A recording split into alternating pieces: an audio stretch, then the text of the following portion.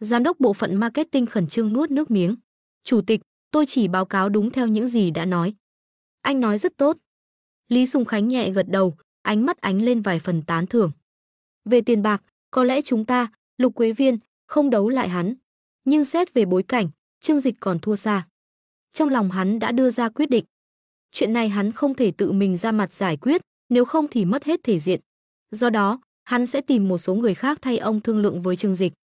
Trước tiên là dùng lễ nghĩa, sau đó mới đến biện pháp mạnh. Nếu Trương Dịch không biết điều mà cứ thích làm khó, thì đừng trách hắn phải chơi tới cùng. Việc thuê nhà trọ dài hạn đã tạo nên một làn sóng trong giới trẻ trên toàn quốc, một điều mà Trương Dịch không lường trước được. Điều đặc biệt là, những nơi xuất hiện mô hình này đều trở thành sự lựa chọn hàng đầu của thanh niên khi tìm việc làm.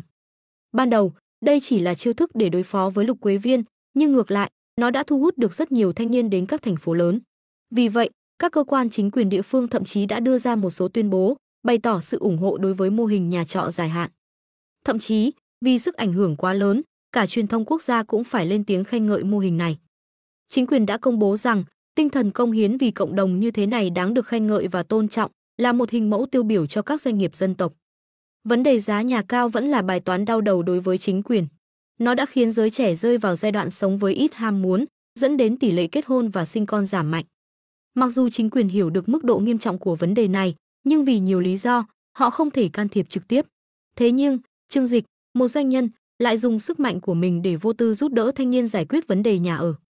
Dù điều này có thể làm tổn hại đến lợi ích của một bộ phận doanh nghiệp bất động sản và giới đầu cơ, nhưng không thể phủ nhận, nó có tác động tích cực đến tương lai của thế hệ trẻ. Đây là điều mà cả thành phố Thịnh Kinh đều hoan nghênh. Hiện tại, tập đoàn Thịnh Thế và Trương Dịch đã trở thành biểu tượng được lòng dân. Dù là chính quyền hay người dân, ai cũng hết lòng tán dương những gì hắn đã làm. Tuy nhiên, đối với Trương Dịch, như thế vẫn chưa đủ. Lục Quế Viên là một tập đoàn lớn, dù có chịu thiệt hại nặng nề, họ vẫn không thể đóng cửa trong thời gian ngắn. Với quy mô khổng lồ, họ hoàn toàn có thể tìm cách tái cấu trúc để duy trì sự sống còn. Nhưng Trương Dịch không chỉ muốn Lý Sùng Khánh chịu thất bại. Với tốc độ hiện tại, vẫn chưa đủ để hắn ta sụp đổ hoàn toàn. Bước tiếp theo, tôi muốn đánh thẳng vào tổng bộ của Lục Quế Viên. Trương Dịch tìm gặp Tô Minh Ngọc, chia sẻ với cô về kế hoạch hành động tiếp theo. Tổng bộ của Lục Quế Viên ở Thâm Thành, nhưng hiện tại, chúng ta chỉ có vài trăm căn nhà trọ ở đó, điều này không đáng lo ngại. Bước tiếp theo, anh muốn rời tổng bộ của mô hình nhà trọ dài hạn đến Thâm Thành, và anh muốn thu mua thêm 10 khu dân cư nữa. Ánh mắt của hắn lóe lên sự quyết đoán, anh muốn để Lục Quế Viên ở Thâm Thành từ nay về sau không còn có thể bán nổi một căn hộ nào. Tô Minh Ngọc hoàn toàn bị khí thế của Trương Dịch cuốn hút. Cô cảm thấy cách làm của Trương Dịch thật điên cuồng, nhưng lại khiến người khác vô cùng phấn khích. Đúng vậy, em hiểu, vừa mới ký hợp đồng với 7 gia tộc tỷ phú ở Mỹ, họ đã bỏ ra 60 tỷ USD để đổi lấy 10 liều thương long huyết. Số tiền này đủ để mua lại 10 khu dân cư. Trên gương mặt Tô Minh Ngọc hiện rõ vẻ tự hào. Bởi vì tất cả các cuộc giao dịch thương long huyết đều do cô đảm nhiệm. Theo nguyên tắc của Trương Dịch, giá của thương long huyết được quyết định dựa trên tài sản của khách hàng. Nó không phải là một loại thuốc, mà là sinh mạng. Để sống sót, những người giàu có sẵn sàng bỏ ra số tiền khổng lồ. Bằng chứng là họ sẵn lòng chi hàng trăm nghìn đô la để tiêm các tế bào phôi thai, chỉ với hy vọng mua được một chút cơ hội sống. Ung thư là căn bệnh không thể tránh khỏi, hàng năm vẫn có những người giàu mới mắc bệnh. Chỉ cần Trương Dịch nắm trong tay phương pháp điều chế thương long huyết, họ sẽ không ngừng cung cấp cho hắn những khoản tiền khổng lồ. Tiền bạc không còn là vấn đề. Đi thôi, chúng ta đến Thâm Thành. Trương Dịch vừa cười vừa nói. Mâu thuẫn giữa Trương Dịch và Lý Sùng Khánh đã ngày càng nghiêm trọng. Từ lúc họ không quen biết nhau, chỉ vì một mảnh đất nhỏ tại Vịnh Đại Hạ mà xảy ra va chạm, đến giờ đã không thể cứu vãn. Ban đầu, Trương Dịch không hề có ý định gây thù oán, nhưng chính Lý Sùng Khánh đã ỷ thế hiếp người, coi thường hắn, khiến mọi chuyện đến mức này. Tuy nhiên, Trương Dịch vốn là người sống rất đơn giản với nguyên tắc rõ ràng, người không đụng đến ta, ta không đụng đến người. Nhưng nếu đã động đến ta, ta sẽ đáp trả gấp trăm lần. Bây giờ, dù Lý Sùng Khánh muốn dừng lại, Trương Dịch cũng không còn khả năng ngừng tay. Vấn đề nhà trọ dài hạn hiện tại không còn là mâu thuẫn giữa hai người, mà còn là một sự nghiệp lớn mà Trương Dịch muốn hoàn thành. Nếu có thể giúp giới trẻ trong cả nước không còn lo lắng về giá nhà đắt đỏ, hắn sẽ có được một cảm giác thành tựu to lớn. Con người luôn muốn ghi dấu ấn sự nghiệp của mình. Hiện tại, Trương Dịch đã kiếm được quá nhiều tiền, nên giờ hắn muốn dùng năng lực của mình để làm điều gì đó vĩ đại hơn. Vì vậy, chuyện nhà trọ dài hạn lần này, vừa có tính công, vừa có yếu tố cá nhân. Nhưng điều đó không ảnh hưởng đến quyết tâm hoàn thành của hắn. Mối thù với Lý Sùng Khánh, Hắn dự định giải quyết nhanh chóng, ép hắn ta phải đầu hàng sớm. Nếu không, việc bảo vệ mộ tổ gia tộc họ Trương sẽ trở nên khó khăn và hắn không muốn để cha mình thất vọng. Sau đó, Trương Dịch cùng Tô Minh Ngọc, Lưu Tử Hào và 20 vệ sĩ cùng một nhóm trợ lý lên máy bay riêng, công khai đi đến Thâm Thành. Lần này, hắn không giữ bí mật như trước, mà chủ động công khai ý định mở rộng mô hình nhà trọ dài hạn tại Thâm Thành. Mục tiêu của hắn là tạo áp lực để Lý Sùng Khánh biết rằng Trương Dịch sắp đến. Trên độ cao 30.000 feet, từ cửa sổ máy bay nhìn xuống, mọi thứ trên mặt đất đều nhỏ bé như những con kiến. Trương Dịch vuốt ve một đồng tiền cổ xưa, một món đồ cổ thời Victoria mà hắn đã mua trong một cuộc đấu giá với giá hơn 5 triệu đồng làm thành một món đồ chơi. Thâm Thành còn xa không? Hắn nhìn xuống cảnh vật khô héo bên dưới, mùa đông đã đến, cây cỏ trơ trụi, thiếu đi màu xanh. Tô Minh Ngọc nghe vậy, liền hỏi phi công, sau đó đáp lời Trương Dịch, còn nửa giờ nữa là đến Thâm Thành. Trương Dịch gật đầu, khóe miệng nở một nụ cười đầy ẩn ý, lần này đến Thâm Thành sẽ rất thú vị đây. Anh đã công khai kế hoạch mở rộng mô hình nhà trọ dài hạn, anh đoán rằng, ngay khi chúng ta đáp xuống sân bay, thủ đoạn của Lý Sùng Khánh đã sẵn sàng chờ đợi. Bay thẳng đến đại bản doanh của Lục Quế Viên để cạnh tranh trực tiếp với Lý Sùng Khánh là một hành động vô cùng mạo hiểm. Lục Quế Viên đã kinh doanh ở đây hơn 30 năm và sớm đã ăn sâu bén rễ. Bên trong lẫn bên ngoài đều là người của Lục Quế Viên, các mối quan hệ đã được thiết lập từ lâu. Do đó, chuyến đi này của Trương Dịch mang một ý nghĩa đặc biệt. Nếu hắn có thể giúp cho mô hình nhà trọ dài hạn đứng vững tại đây và phát triển, điều đó chứng tỏ rằng Lục Quế Viên thật sự không còn kế sách đối phó. Khi ấy, những người trước đây có ý định mua nhà của Lục Quế Viên cũng sẽ phải cân nhắc lại quyết định của mình. Điều mà hắn đang nhắm tới không chỉ là cuộc cạnh tranh về tài sản, mà còn là xu hướng phát triển. Trong thời đại mới, Trương Dịch không còn sợ hãi.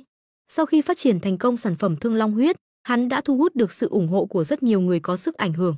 Mỗi khi cần sử dụng những mối quan hệ này, không ai có thể chạm đến hắn. Do đó, ngay cả khi đang đối đầu với một Lục Quế Viên hùng mạnh ở Thâm Thành, hắn vẫn hoàn toàn tự tin.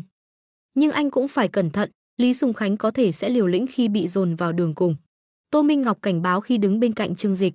Trước đây, hắn đã làm rất nhiều chuyện không chính đáng. Dù hiện tại hắn đã cố gắng làm sạch danh tiếng, nhưng thủ đoạn trong giới kinh doanh của hắn vẫn nổi tiếng là tàn nhẫn. Anh biết, Trương Dịch mỉm cười nhẹ nhàng, nhưng anh còn mong hắn sẽ liều lĩnh đấy. Khi đó, anh sẽ có cớ để đánh bại hắn hoàn toàn. Chẳng bao lâu sau, máy bay đã hạ cánh xuống sân bay Thâm Thành. Trương Dịch và Tô Minh Ngọc nắm tay nhau bước xuống máy bay.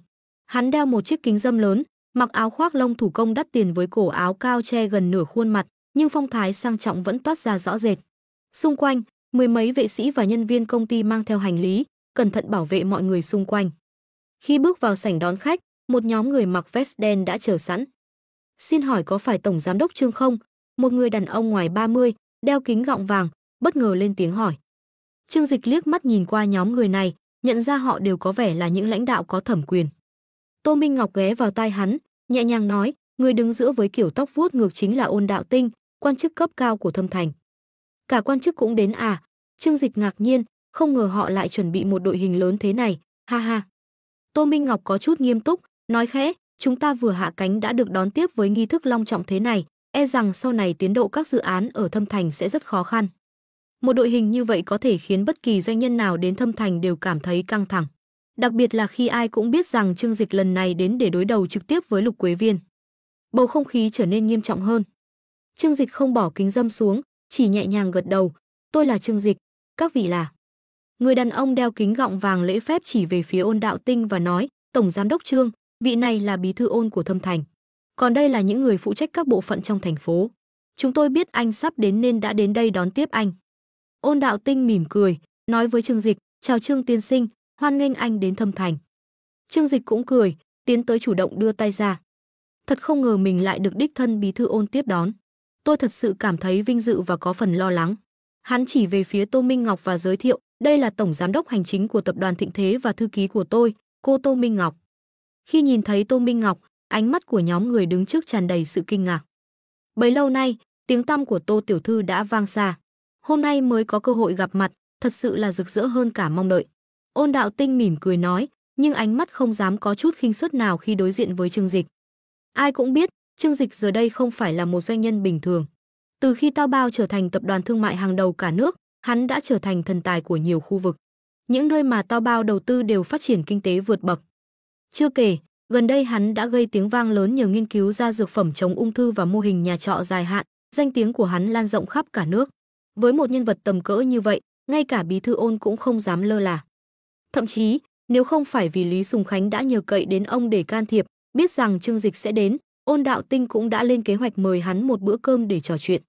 Trương tiên sinh, đây là lần đầu anh đến Thâm Thành phải không? Ôn Đạo Tinh thân thiện hỏi. Ừ, đúng vậy, lần đầu tiên, Trương Dịch gật đầu đáp. Thâm Thành là một nơi rất tiềm năng phát triển. Nếu Trương tiên sinh có ý định, chúng tôi luôn hoan nghênh anh đầu tư vào đây.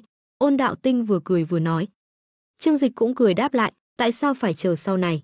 Tôi đến đây lần này không phải mang theo số vốn đáng kể sao? Lần này tôi đến là để đóng góp vào sự phát triển của Thâm Thành. Nghe câu nói này, Ôn Đạo Tinh cùng các cán bộ khác đều hiện ra những biểu cảm kỳ lạ. Mục đích chuyến đi lần này của Trương Dịch, họ đều hiểu rất rõ. Tuy nhiên, họ không thể để hắn thực hiện được kế hoạch của mình. Vì sao ư? Không phải việc đầu tư không tốt, mà bởi vì Lục Quế Viên đã góp phần rất lớn vào sự phát triển của Thâm Thành. Họ đã giúp xây dựng thành phố và thúc đẩy tăng trưởng GDP của khu vực này. Tầm quan trọng của Lục Quế Viên đối với Thâm Thành cũng giống như tầm quan trọng của tập đoàn Thịnh Thế đối với thành phố Thiên Hải. Vì vậy, với Thâm Thành, Trương Dịch lần này không phải là nhân vật được chào đón.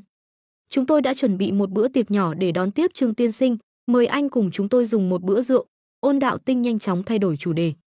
Rất nhiều điều chưa thể nói rõ ràng ngay lúc này, nhưng trên bàn tiệc, trong lúc uống rượu, họ sẽ giải thích mọi chuyện với Trương Dịch. Dù sao, Ôn Đạo Tinh cũng không muốn đắc tội với người đứng đầu giới kinh doanh. Nhưng để bảo vệ tập đoàn lớn nhất của Thâm Thành, ông buộc phải nói rõ với Trương Dịch về một số quy tắc. Trương Dịch gật đầu nhẹ, tốt thôi, cảm ơn Bí thư Ôn. Tôi cũng muốn nếm thử xem Thâm Thành có những món ngon gì, ha ha.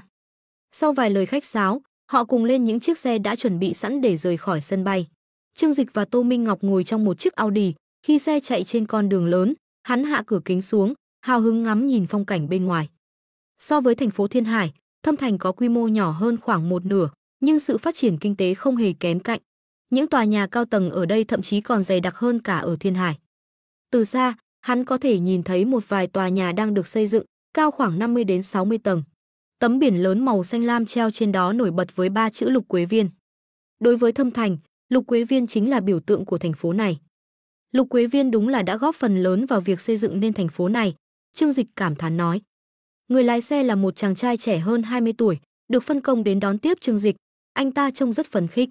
Nghe thấy Trương Dịch lên tiếng, anh ta vội đáp, đúng vậy ạ, hơn một nửa số cao ốc ở Thâm Thành là do Lục Quế Viên xây dựng. Trên đường phố, cứ 2 tòa nhà thì có một tòa mang dấu ấn của họ. Ở Thâm Thành, người ta có thể không biết tên các quan chức, nhưng 3 chữ Lý Sùng Khánh thì không ai không biết. Trương Dịch mỉm cười khi thấy tài xế trẻ chủ động bắt chuyện. Ồ, vậy có vẻ như các cậu cũng ngưỡng mộ tập đoàn này. Nghe đến đây, tài xế trẻ nhún vai, ngưỡng mộ thì có, nhưng thiện cảm thì không nhiều lắm. Cảm thấy lời nói của mình có phần phức tạp, anh ta cười rồi nói thêm, dân chúng tôi khó mà có thiện cảm với các công ty bất động sản. Người có tiền thì mắng họ vì giá nhà quá cao, còn người không có tiền thì càng bực mình vì không mua nổi nhà. Nói đến đây, anh ta liếc nhìn Trương Dịch qua gương chiếu hậu, ánh mắt lộ rõ sự ngưỡng mộ. Cho nên, tôi đặc biệt ngưỡng mộ ngài, Tổng Giám đốc Trương. Ngài dám đối đầu với các công ty bất động sản, còn lập ra mô hình nhà trọ dài hạn. Lần này ngài đến Thâm Thành cũng vì dự án đó phải không? Trương Dịch tò mò nhìn anh ta, mỉm cười hỏi, nói chuyện với tôi như vậy, cậu không sợ cấp trên trách phạt à? Ngài hiểu lầm rồi, tôi làm việc cho một công ty xe hơi, không phải lái xe cho cơ quan nhà nước. Tài xế cười nói, nếu là lái xe cho đơn vị, tôi đã chẳng dám nói lung tung như thế này. Ngài cứ yên tâm, tôi không phải người trong ngành. Trương Dịch khẽ gật đầu, cũng không có gì phải lo lắng. Tôi làm việc một cách công khai và chính trực, không có gì phải che giấu. Cậu tên gì? Nghe Trương Dịch hỏi tên, tài xế trẻ vui mừng khôn xiết, cảm thấy đó là một vinh dự lớn lao. Anh lập tức trả lời, tôi tên là Lý Thuận Tài, ngài cứ gọi tôi là Tiểu Lý. À, Tiểu Lý, Trương Dịch gật đầu, cậu đoán đúng, tôi đến đây để phát triển mô hình nhà trọ dài hạn. Nếu cậu chưa mua nhà, sau này có thể cân nhắc ở nhà trọ của chúng tôi. Tiểu Lý vui mừng khôn xiết, thật sao? Thế thì quá tuyệt. Tôi vẫn chưa mua nhà, đã làm việc ở Thâm Thành suốt 10 năm rồi mà mới chỉ có một căn nhà nhỏ ở quê. Giá nhà ở Thâm Thành, ôi trời, tôi chẳng bao giờ dám nghĩ đến. Thế cậu kết hôn chưa? Trương Dịch cười hỏi. Tiểu Lý lộ vẻ bất đắc dĩ, cưới vợ gì đâu ngài ơi. Giờ mà nhắc đến cưới vợ, người ta lại đòi mua nhà, mua xe. Năm ngoái mẹ tôi nhờ người mai mối cho tôi một cô, nhưng họ bảo tôi ở cái tuổi này mà không có tiền, nhiều nhất chỉ có thể giới thiệu cho tôi người đã có một đời chồng. Mà liệu người ta có chịu hay không còn khó nói. Nghe đến đây, Trương Dịch và Tô Minh Ngọc không khỏi cảm thấy xót xa. Hiện thực xã hội là như thế, Trương Dịch thở dài, nhớ lại chuyện cũ của mình với Trần Hiểu Lệ. Hồi đó, hắn cũng từng là một sinh viên tốt nghiệp xuất sắc, có một công việc đàng hoàng và thu nhập khá.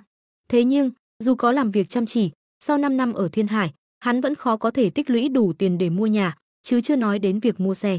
Vì vậy, Trần Hiểu Lệ đã rời bỏ hắn để kết hôn với một người đàn ông giàu có hơn. Còn Tiểu Lý thì tình cảnh còn khó khăn hơn hắn trước đây.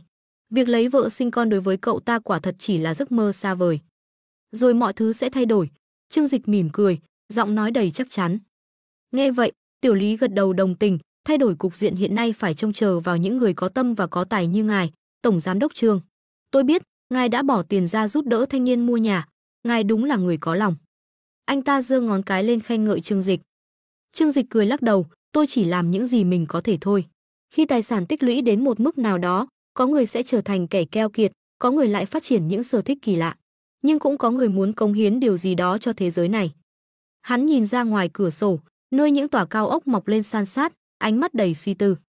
Nếu tôi có thể dùng sức mạnh của mình để khiến thế giới này thay đổi dù chỉ một chút, thì cuộc đời tôi đã có ý nghĩa. Bây giờ tôi đã hiểu tại sao từ thời cổ đại, nhiều người sẵn sàng chết để tên tuổi của mình được ghi vào sử sách.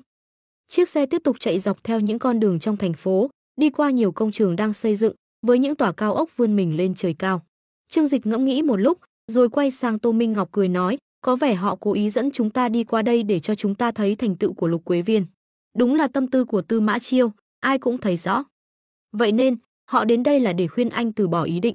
Tô Minh Ngọc liếc nhìn Tiểu Lý, nhẹ giọng nói. Trương Dịch hiểu rằng Tô Minh Ngọc lo ngại, vì Tiểu Lý không phải người của họ, nên không thể tùy tiện nói ra những lời nhạy cảm trước mặt anh ta. Hắn chỉ cười nhẹ, lầu cao chạm trời, nhưng liệu có ai sung túc mãi mãi? Hơn 1 giờ sau, đoàn xe dừng lại trước một khách sạn 5 sao. Trương Dịch và Tô Minh Ngọc bước xuống xe, sau đó cùng bí thư Ôn Đạo Tinh và những người khác đi vào bên trong. Phòng tiệc rộng lớn và xa hoa, bên trong là rất nhiều lãnh đạo cấp cao của các bộ ngành thâm thành.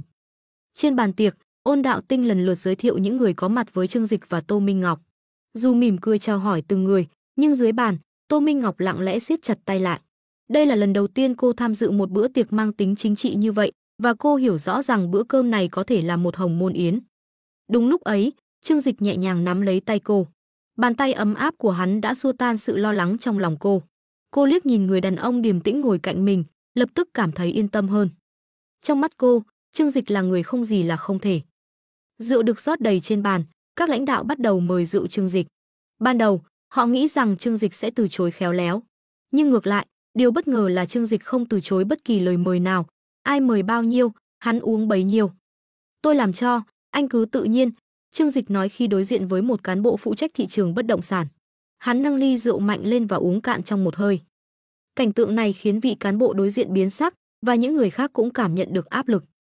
Ban đầu, họ định dùng rượu để tạo áp lực tâm lý với Trương Dịch, nhưng hắn lại uống rượu như uống nước.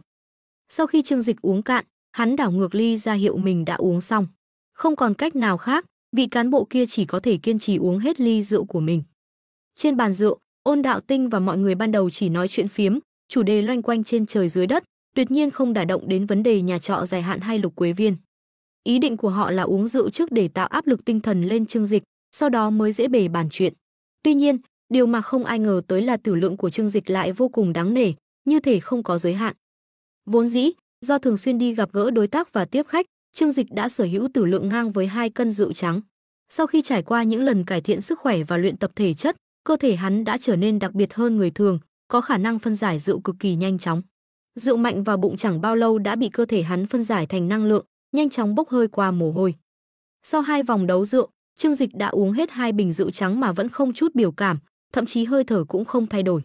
Cảnh tượng này khiến tất cả mọi người ngồi bàn đều ngỡ ngàng. Tổng giám đốc Trương thật sự có tử lượng đáng nể. Một vị cán bộ nuốt nước miếng, định nâng chén rượu lên mời nhưng rồi lại chùn bước, không dám tiếp tục.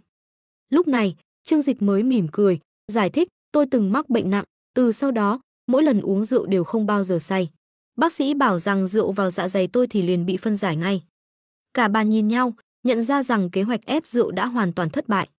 Tuy nhiên, dù muốn dù không, họ vẫn phải đề cập đến vấn đề chính. Dù gì, Lục Quế Viên đã đầu tư vào Thâm Thành hơn 30 năm, và rất nhiều người ở đây cũng có mối quan hệ lợi ích với họ. Nếu Lục Quế Viên bị tổn thất, họ cũng sẽ bị ảnh hưởng không nhỏ. Cuối cùng, một vị cán bộ họ Lý nhìn Ôn Đạo Tinh rồi dẫn đầu lên tiếng, "Tổng giám đốc Trương, lần này ngài đến Thâm Thành, dự định đầu tư vào lĩnh vực nào?" Đúng rồi, đây mới chính là vấn đề. Trương Dịch và Tô Minh Ngọc hiểu rằng đây chính là lúc cuộc trò chuyện chính thức bắt đầu. Trương Dịch cầm chén rượu lên, nở nụ cười nhạt, không vội trả lời mà chỉ nâng chén lên trước, "Lý cục trưởng, chúng ta cạn ly này trước đã. Lúc nãy anh mời tôi 2 chén, tôi còn chưa đáp lễ." Lý cục trưởng ngẩn ra, không còn cách nào khác, đành phải nâng ly lên uống cùng Trương Dịch. Trương Dịch cạn ly một hơi như uống nước suối, trong khi Lý cục trưởng phải nhăn mặt nhăn mày mà uống hết ly rượu mạnh của mình. Sau khi uống xong, Lý cục trưởng tiếp tục, "Tổng giám đốc Trương, giờ chắc anh có thể nói rồi chứ? Chúng tôi thật sự rất tò mò." Trương Dịch liếm môi, mỉm cười nhìn Lý cục trưởng, "Còn có thể làm gì đây? Gần đây, chuyện tôi làm về mô hình nhà trọ dài hạn hẳn ai cũng biết. Thâm Thành là một thành phố tiềm năng, với thị trường rộng lớn như vậy, tôi không thể bỏ qua được." Nghe vậy, mọi người trên bàn đều nhìn nhau, trong lòng nghĩ, quả nhiên, anh ta đến đây vì việc này. Lý cục trưởng gật nhẹ đầu, mô hình nhà trọ dài hạn đúng là một ý tưởng tốt, có lợi cho quốc gia, cho người dân. Nó giúp giải quyết một phần khó khăn về vấn đề nhà ở cho người trẻ. Nhưng ngay sau đó, ông ta liền thay đổi giọng điệu, tuy nhiên, đằng sau những lợi ích đó, nó cũng tiềm ẩn một số nguy cơ khiến nhiều người lo ngại. Trương Dịch nhìn ông vài giây, rồi khẽ nhíu mày, "Ồ, vậy sao?" Lý cục trưởng lập tức tiếp tục, "Chúng tôi nghe nói rằng, mục đích thực sự của Tổng giám đốc Trương khi triển khai mô hình nhà trọ dài hạn là để gây áp lực lên thị trường bất động sản, nhằm đẩy giá nhà xuống. Nhưng với tình hình hiện tại, bất động sản là một lĩnh vực rất lớn. Một khi động vào, hậu quả sẽ rất khó lường." Lời nói này đã thể hiện rõ lập trường của ông ta. Trương Dịch không khỏi bật cười, "Lý cục trưởng, tôi làm nhà trọ dài hạn thì liên quan gì đến bất động sản? Tôi không mua đất, cũng không xây nhà. Thực tế, tôi đã mua khá nhiều bất động sản. Chẳng phải điều đó giúp thúc đẩy ngành bất động sản sao? Họ xây nhà, tôi mua. Vậy mà giờ lại nói tôi làm ảnh hưởng đến giá nhà, có vẻ không hợp lý lắm nhỉ?" Bên cạnh, một cán bộ trung niên gầy gò bật cười, "Tổng giám đốc Trương, người ngay không nói chuyện mờ ám. Gần đây, mô hình nhà trọ dài hạn của anh đã khiến nhiều công ty bất động sản gặp khó khăn, không bán được nhà. Nếu nói rằng không có tác động thì cũng khó giải thích được." Trương Dịch lập tức đáp, "Cạnh tranh là điều cần thiết để phát triển. Nếu bất động sản gặp khó khăn, có lẽ họ nên tự xem xét lại lý do. Nếu nhà được bán với giá hợp lý, tôi tin không ai muốn đi thuê cả." "Đạo lý là như vậy," vị cán bộ gầy gò tiếp lời. "Nhưng bất động sản hiện nay là trụ cột kinh tế của nhiều khu vực. Khi anh tác động đến giá nhà, anh đang ảnh hưởng đến GDP, đó là một vấn đề không nhỏ." Nghe đến đây, Trương Dịch không nhịn được cười lạnh, "Ha ha ha, lý luận này thật sự buồn cười. Xin lỗi, tôi không thể nhịn được." Hắn nhìn vị cán bộ trung niên, ánh mắt lóe lên sự khinh bỉ, "Vậy theo ông, nhà càng đắt thì càng tốt. Người dân không mua nổi nhà không quan trọng, miễn là các con số đẹp là được." Những lời này khiến sắc mặt mọi người trên bàn tối sầm lại. Ngay cả Tô Minh Ngọc cũng không khỏi lo lắng liếc nhìn Trương Dịch. Dù hắn nói đúng, nhưng những lời này đã trực tiếp vạch trần sự thật, khiến cho các vị quan chức khó lòng chấp nhận. Đặc biệt là ở Thâm Thành, nơi mà các tập đoàn bất động sản như Lục Quế Viên đóng vai trò trụ cột kinh tế. Lúc này, Ôn Đạo Tinh, người ngồi cạnh Trương Dịch, cuối cùng cũng lên tiếng. "Có những lúc, khi đứng ở vị trí cao, chúng tôi buộc phải đưa ra những quyết định khó khăn. Hy sinh lợi ích cá nhân để nghĩ cho cả cộng đồng, đó là điều tất yếu. Tôi tin rằng, một ngày nào đó, mọi người sẽ hiểu được nỗi lòng của chúng tôi." Xung quanh, nhiều người gật đầu đồng tình. "Không sai, Bí thư Ôn nói quá đúng. Lời này thật sự sâu sắc, mấy ai hiểu được nỗi khổ của chúng ta." Trương Dịch chỉ mỉm cười, "Khổ tâm ư, các người ai mà chẳng có nhà ở. Thật là khó khăn cho các vị, tôi thật sự bội phục. Nhưng tôi chỉ làm về mô hình nhà trọ dài hạn, chẳng động gì đến bất động sản." Lời nói của Trương Dịch thể hiện rõ thái độ của hắn. Ôn Đạo Tinh nghe vậy, khẽ thở dài, "Trương tiên sinh, anh còn quá trẻ. Anh có biết rằng việc này sẽ gây ra bao nhiêu rắc rối cho mình không?" Ánh mắt Trương Dịch lóe lên sự cảnh giác, "Đây rồi, đã bắt đầu. Xin mời nói rõ hơn." Ôn Đạo Tinh ngồi thẳng dậy, chậm rãi nói, "Anh đang đụng chạm đến toàn bộ giới bất động sản trong nước, từ các doanh nghiệp lớn đến những người đầu cơ nhà đất. Dù mục đích của anh là tốt đẹp, nhưng một mình anh làm sao chống lại được một lực lượng lớn như vậy?" Ông ta gõ nhẹ lên bàn, tiếp tục, "Tôi cũng rất ghét giá nhà cao, vì nó tước đi giấc mơ của giới trẻ. Nhưng đây là một vấn đề lớn, thuộc về thời đại, không phải một cá nhân có thể giải quyết. Nếu có giải pháp, thì chính quyền đã ra tay từ lâu rồi, đâu cần chờ anh đến. Vì vậy, tôi thật sự mong anh có thể suy nghĩ kỹ. Hãy tạm hoãn dự án nhà trọ dài hạn, để lại cho mình một đường lui." Trương Dịch từ tốn kể một câu chuyện có vẻ không liên quan gì đến cuộc trò chuyện hôm nay, nhưng không ai dám ngắt lời. Khi nghe hắn nói, dường như họ bắt đầu cảm thấy có điều gì đó bất ổn. Tại sao đột nhiên lại nhắc đến thuốc men? Trương Dịch giơ ngón cái và ngón trỏ, mô tả kích thước của một ống thuốc nhỏ. Một ống thuốc nhỏ bé như thế này, nhưng những người mà tôi thường khó có cơ hội tiếp xúc, giờ lại phải cầu xin hết sức khẩn thiết để có được nó. Khi nhìn thấy một người cha cầu xin cho đứa con bệnh tật, tôi thực sự không đành lòng.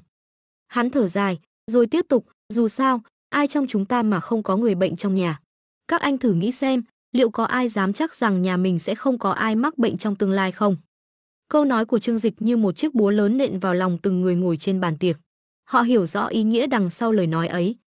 Một ngày nào đó, nếu họ cần đến loại thuốc của Trương Dịch để cứu mạng người thân, họ có sẵn sàng quỳ gối cầu xin như người cha kia không? Và liệu Trương Dịch có đồng ý giúp họ hay không? Thương Long huyết là độc quyền của hắn, và hiện tại chỉ có hắn nắm giữ công thức.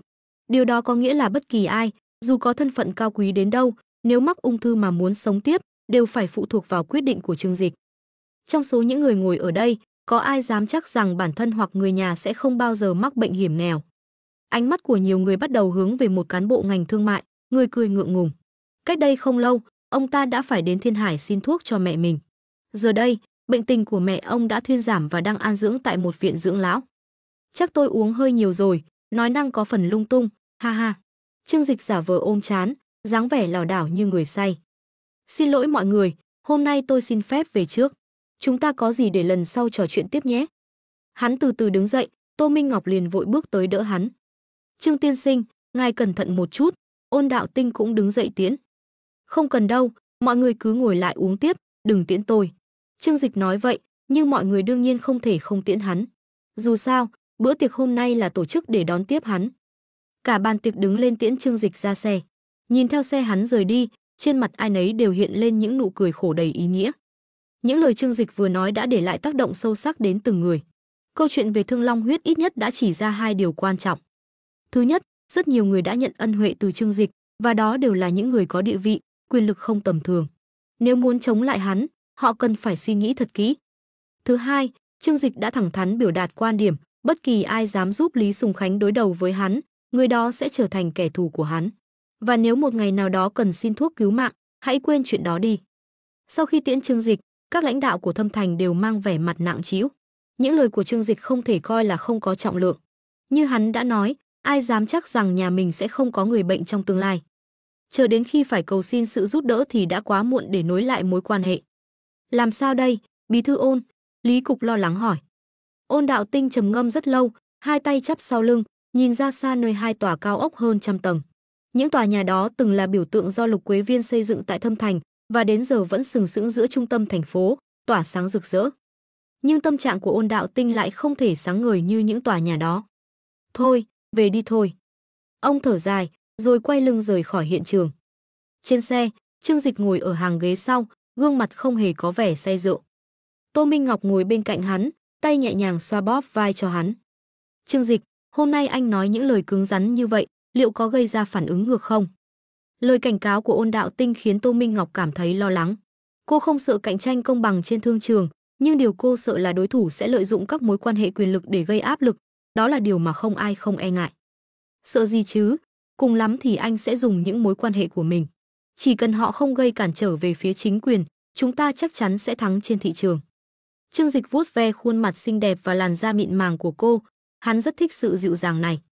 Nhất định anh sẽ đánh bại Lục Quế Viên. Công ty này có thể không sụp đổ hoàn toàn, nhưng Lý Sùng Khánh thì phải. Lục Quế Viên là tập đoàn lớn do Lý Sùng Khánh đứng đầu, nhưng ông ta chỉ nắm giữ hơn 30% cổ phần. Trương Dịch hiểu rõ rằng việc khiến một tập đoàn quyền lực như Lục Quế Viên hoàn toàn sụp đổ là điều khó khăn, bởi sau lưng họ có quá nhiều người liên quan. Ôn Đạo Tinh và những người khác chỉ là một phần của mạng lưới này, và chắc chắn còn có những người quyền lực hơn đứng sau. Vì vậy, mục tiêu của hắn chỉ là Lý Sùng Khánh.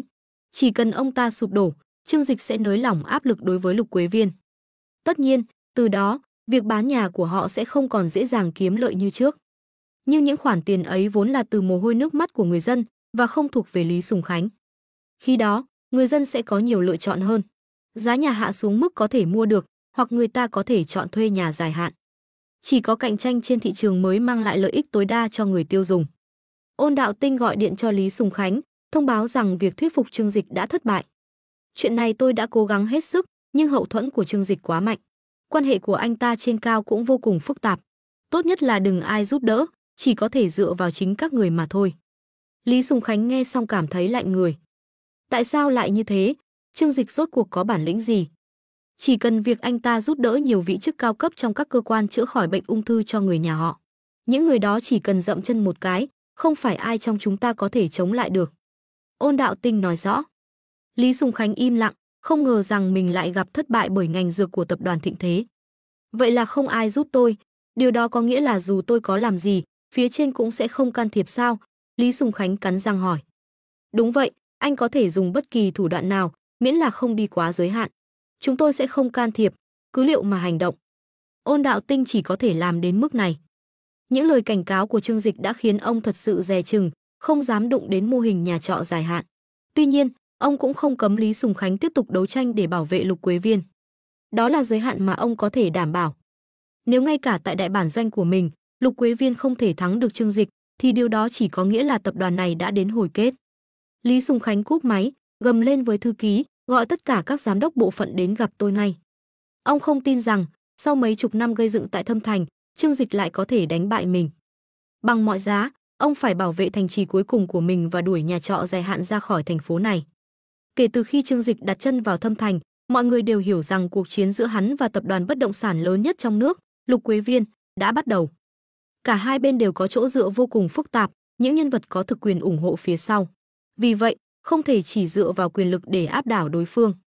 Cuối cùng, cuộc chiến này sẽ chỉ có thể kết thúc trong giới kinh doanh, bằng cách sử dụng sức mạnh của hai tập đoàn để phân định thắng bại. Lý Sùng Khánh suốt đời hưởng thụ đủ mọi vinh quang, quyền lực và tài phú, đã đạt đến tuổi ngũ tuần, cảm thấy mình đã nắm trong tay gần như mọi thứ mà ông mong muốn. Vì thế, ông ta không thể dễ dàng chấp nhận việc một kẻ mới nổi như Trương Dịch dám thách thức. Đến nước này, dù trong lòng ông có hối hận vì đã chọc vào Trương Dịch, nhưng giờ đây đã quá muộn để quay đầu. Giờ đây, ngoài việc khai chiến, ông ta không còn lựa chọn nào khác. Đầu hàng, thỏa hiệp ư? Lòng tự tôn của Lý Sùng Khánh không cho phép điều đó, ngay cả khi Trương Dịch đang nắm trong tay thuốc cứu mạng cho cha ông ta. Hơn nữa, Lục Quế Viên chưa hề thất bại hoàn toàn, nên ông ta càng không thể khuất phục. Lục Quế Viên bắt đầu hành động. Thâm Thành là đại bản doanh của họ, và gần như toàn bộ những chủ sở hữu số lượng lớn nhà đất trong thành phố đều có mối quan hệ chặt chẽ với Lục Quế Viên. Vì thế, Lý Sùng Khánh cùng ban lãnh đạo Lục Quế Viên đích thân gọi điện cho các đối tác, yêu cầu họ không bán nhà đất cho Trương Dịch. Nếu có thể kiểm soát được nguồn cung nhà đất, Trương Dịch sẽ không thể triển khai được mô hình nhà trọ dài hạn của mình. Tuy nhiên, từ đầu, hai bên vốn đã không đứng ở cùng một vị thế. Lục Quế Viên cần nhiều thời gian để xây dựng các tòa nhà cao tầng, và sau khi xây dựng xong, họ cần phải bán gấp để thu hồi vốn và trả nợ ngân hàng. Ngược lại, Trương Dịch chỉ cần mua vài tòa nhà, sau đó tạo thế để mọi người biết rằng hắn quyết tâm phát triển mô hình nhà trọ dài hạn tại Thâm Thành. Hắn không cần mua quá nhiều nhà, chỉ cần người dân hiểu rằng nếu chờ thêm một thời gian, họ có thể thuê nhà ổn định với giá rẻ hơn rất nhiều. Chỉ cần làm chậm lại việc bán nhà của Lục Quế Viên, áp lực tài chính từ ngân hàng sẽ khiến họ phải đối mặt với nhiều khó khăn. Một ngày nọ, Trương Dịch dẫn theo Tô Minh Ngọc cùng mười mấy nhân viên và bảo vệ đến khu phố cũ ở phía nam Thâm Thành. Hắn đã nghe tin rằng Lục Quế Viên đã gây áp lực để các công ty bất động sản không bán nhà cho hắn. Tuy nhiên, ảnh hưởng của Lục Quế Viên vẫn chưa đủ lớn để bao trùm cả thành phố này. Chỉ cần có đủ tiền, hắn chắc chắn sẽ mua được nhà. Ít nhất, những căn nhà do các cá nhân sở hữu vẫn có thể mua được. Khu phố cũ ở Thâm Thành là nơi tập trung đông dân cư nhất, với khoảng 10% dân số toàn thành phố. Khu vực này có một vẻ hoài cổ, kết hợp giữa làng quê và thành phố với những con đường nhỏ hẹp và những tòa nhà cũ kỹ chưa được cải tạo. Dù vậy, nơi này lại thu hút rất nhiều người sinh sống vì tiền thuê nhà rẻ đến mức không ngờ. Trương Dịch, anh đến đây làm gì vậy? Tô Minh Ngọc nhìn ra ngoài cửa sổ xe, ngạc nhiên trước cảnh đường phố đông đúc và nhộn nhịp. Để mua nhà chứ sao nữa? Trương Dịch mỉm cười đáp. Mua nhà ở đây ư?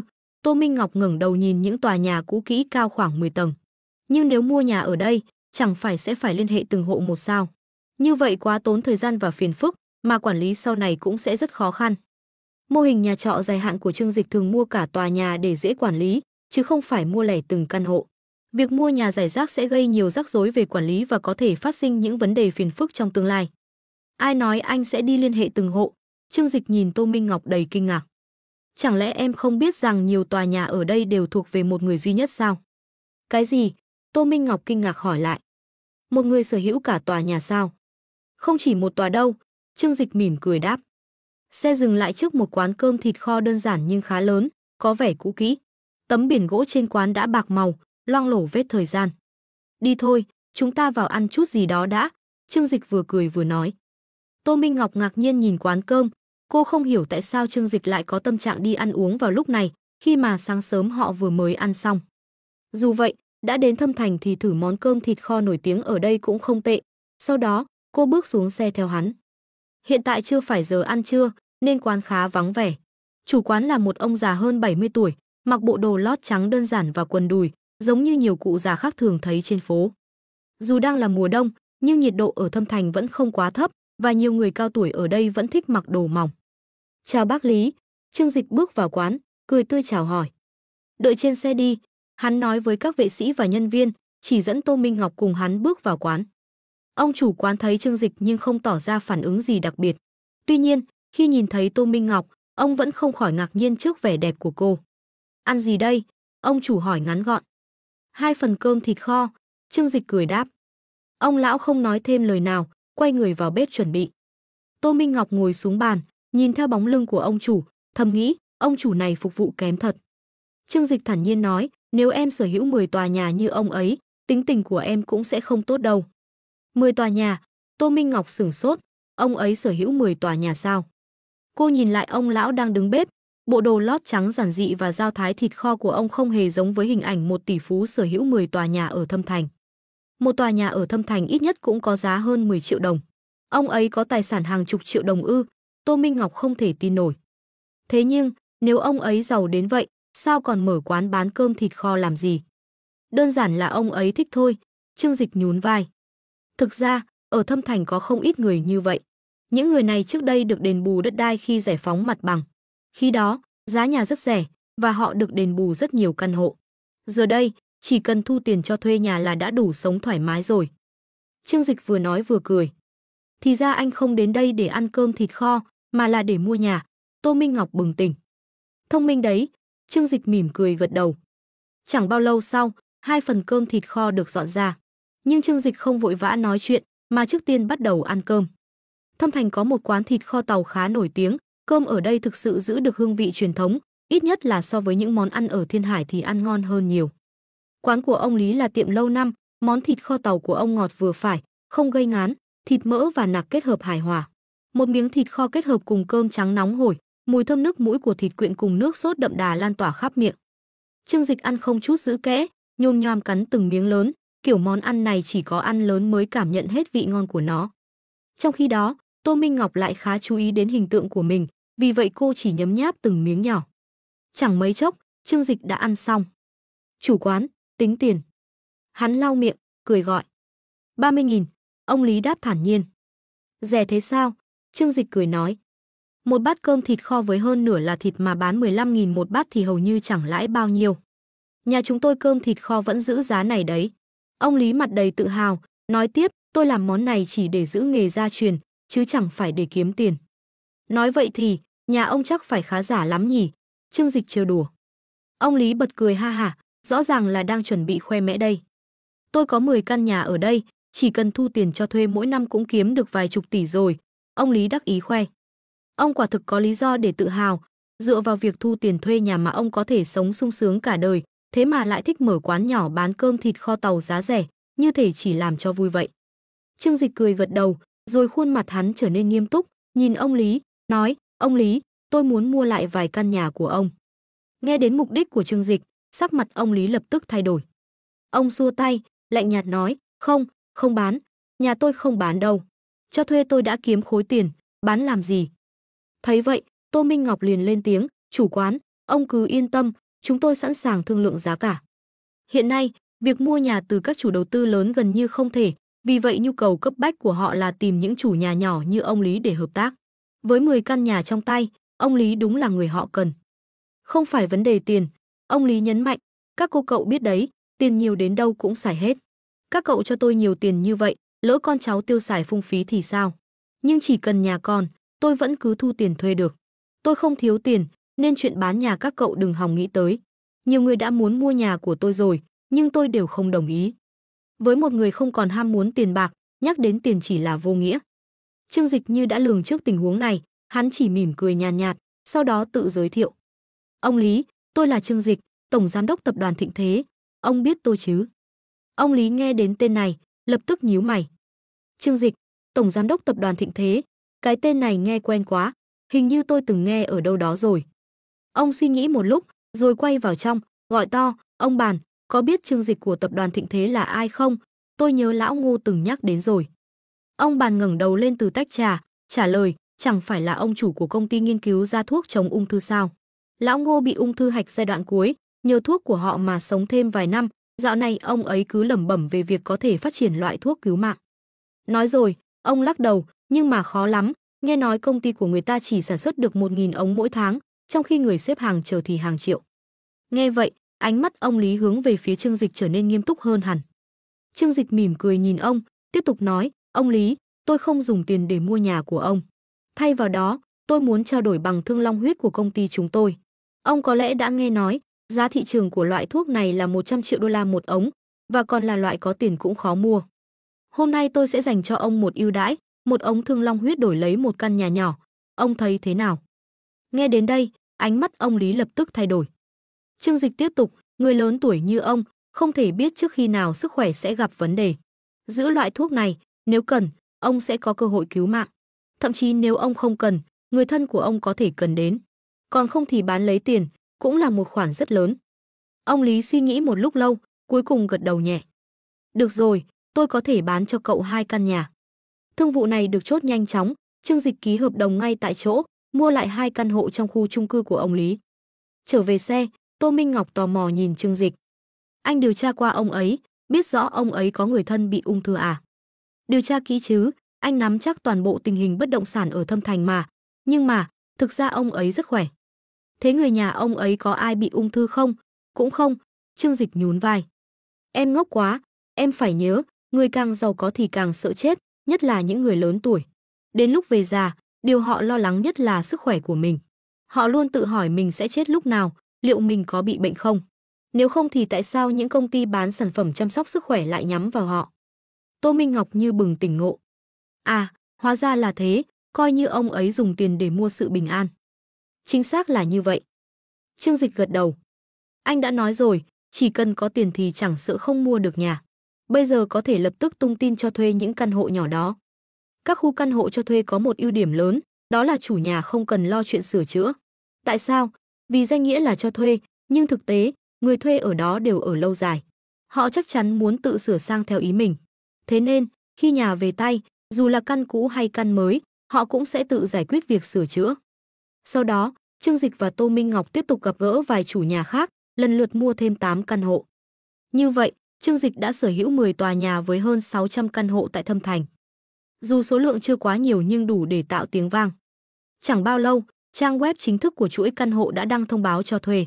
Toàn bộ mạng lưới của Thâm Thành ngay lập tức sôi sục, lượng người tìm đến thuê đông đến mức suýt làm sập cửa ban công. Tại biệt thự Lục Quế Viên, Lý Sùng Khánh nhíu mày, trầm ngâm. Cái gì? Bọn họ lấy phòng từ đâu ra? Nghe nói họ đã mua lại từ các chủ nhà. Những chủ nhà cố chấp, coi trọng nhà cửa như mạng sống, sao họ chịu bán? Tiền họ không quan tâm, nhưng nghe nói Trương Dịch đã dùng thương long huyết để đổi. Vì thế, Lý Sùng Khánh tức giận đập mạnh chiếc chén trà xuống đất, không thể bình tĩnh. Giờ ông ta thực sự đã bị Trương Dịch dồn vào chân tường, chẳng còn cách nào đối phó. Lý Sùng Khánh chưa bao giờ ngờ rằng, người mà hắn từng coi là một kẻ mới nổi trong ngành thương mại điện tử, hôm nay lại có thể đe dọa vị thế của mình. Tin tức về chuỗi căn hộ cho thuê của An Cư tiến vào thị trường Thâm Thành lan truyền khắp nơi.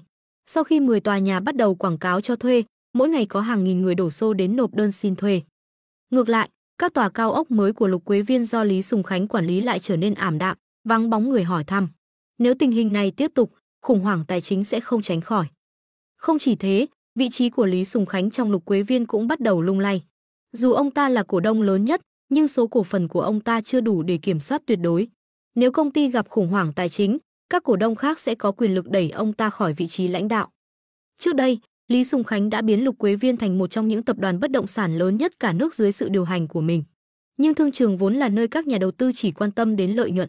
Một khi tập đoàn gặp tổn thất, các cổ đông không thu được tiền, họ sẽ không ngần ngại loại bỏ ông ta. Hiện tại, Lý Sùng Khánh đang vô cùng giàu dĩ. Mình đã tự rước họa vào thân khi gây chuyện với hắn. Lý Sùng Khánh đập mạnh tay xuống bàn gỗ tử đàn, gương mặt đầy vẻ lo lắng. Trong thời gian gần đây, không ít cổ đông đã đến chất vấn ông ta. Nếu như các căn hộ ở Lục Quế Viên tiếp tục không bán được, áp lực từ phía ngân hàng sẽ ngày càng nặng nề hơn. Giải quyết vấn đề này là điều cấp bách. Thế nhưng, từ góc độ thương mại, Lý Sùng Khánh không có cách nào đối phó được với Trương Dịch. Còn từ góc độ chính quyền, bối cảnh của Trương Dịch không thua kém ông ta chút nào. Lý Sùng Khánh trầm ngâm, suy nghĩ rối bời. Trước mắt hắn chỉ còn hai con đường. Thứ nhất, cầu hòa và chấp nhận thua trước Trương Dịch. Nếu trả lại cho Trương Dịch mảnh đất tranh chấp, có thể ông ta sẽ tìm được lối thoát. Tuy nhiên, nếu làm vậy, chẳng khác nào công khai thừa nhận trước cả thế giới rằng Lý Sùng Khánh đã phải cúi đầu trước Trương Dịch. Con đường thứ hai là một nước cờ táo bạo và đầy rủi ro. Lý Sùng Khánh đã lăn lộn trong ngành bất động sản nhiều năm, loại người nào ông ta cũng từng đối phó. Đôi khi, nếu các biện pháp thông thường không giải quyết được vấn đề, ông ta sẽ nghĩ đến những cách thức phi thường. Ví dụ như, tìm người để xử lý Trương Dịch. Ánh mắt của Lý Sùng Khánh trở nên phức tạp. Cả hai con đường này đều không phải là lựa chọn tốt, nhưng tình hình hiện tại buộc ông ta phải đưa ra quyết định. Sau một thời gian suy nghĩ, Lý Sùng Khánh quyết định thử nói chuyện với Trương Dịch một lần nữa, hy vọng có thể tìm ra cách giải quyết mà không làm tổn hại đến danh dự của ông ta. Tại khu chung cư cũ, nhà trọ An Cư khai trương văn phòng cho thuê. Ngoài cửa văn phòng là một hàng người xếp dài hàng cây số, không thấy điểm cuối. Phần lớn người đến đây đều là người trẻ tuổi, vì theo tiêu chuẩn xét duyệt của An Cư, đa số là những thanh niên chưa có nhiều tài sản. Tuy nhiên, cũng có không ít những đại gia và bà chủ muốn thử vận may, hy vọng kiếm được món hời. Nhưng họ đều phải ra về trắng tay, vì quy định cho thuê của An Cư không dành cho họ. Không xa, một chiếc Porsche chờ đậu bên đường. Cửa sổ xe từ từ hạ xuống, Trương Dịch đặt tay lên cửa sổ, trên mặt mang theo một nụ cười phức tạp khi nhìn dòng người xếp hàng trước văn phòng. Nhìn thấy những người trẻ tuổi đầy lo âu và kỳ vọng, tay cầm hồ sơ, chờ đợi đăng ký, Trương Dịch không khỏi nhớ lại thời điểm mình vừa tốt nghiệp, đi khắp nơi tìm việc. Đã từng có những hoài bão lớn lao, nhưng dần dần, hắn bị xã hội vô tình mài mòn. Chỉ một căn hộ nhỏ thôi cũng đủ khiến những người trẻ tuổi mất đi hy vọng, và từ đó họ buông xuôi trước cuộc sống. Dù thịnh thế tập đoàn của hắn cũng có bộ phận bất động sản riêng, nhưng Trương Dịch vẫn luôn tin rằng giá nhà đất cao chính là một sự bất công nghiệt ngã đối với xã hội, đặc biệt là với những gia đình trẻ. Chúng ta còn rất nhiều việc phải làm, Trương Dịch thở dài. Hiện tại An Cư chỉ có hơn 20.000 căn hộ nhỏ, trong khi đó cả nước còn hàng triệu người trẻ không thể mua nổi nhà. Làm sao có thể đem lại niềm vui cho những người trẻ khó khăn này? Tô Minh Ngọc ngồi bên cạnh, mỉm cười an ủi, anh đã làm rất tốt rồi. Dù không dám nói là sau này sẽ không còn ai làm như vậy, nhưng cách làm của anh chắc chắn là điều chưa từng có trước đây. Đối mặt với một thực trạng xã hội nặng nề như vậy, anh không chạy theo trào lưu kiếm tiền mà lại dùng sức mình để giúp đỡ họ, điều này cần rất nhiều dũng khí. Trương Dịch mỉm cười, em nói đúng, chí ít thế giới này cần có một người mở đường. Hắn chống cằm, nghiêng đầu nhìn quy trình xét duyệt thuê nhà.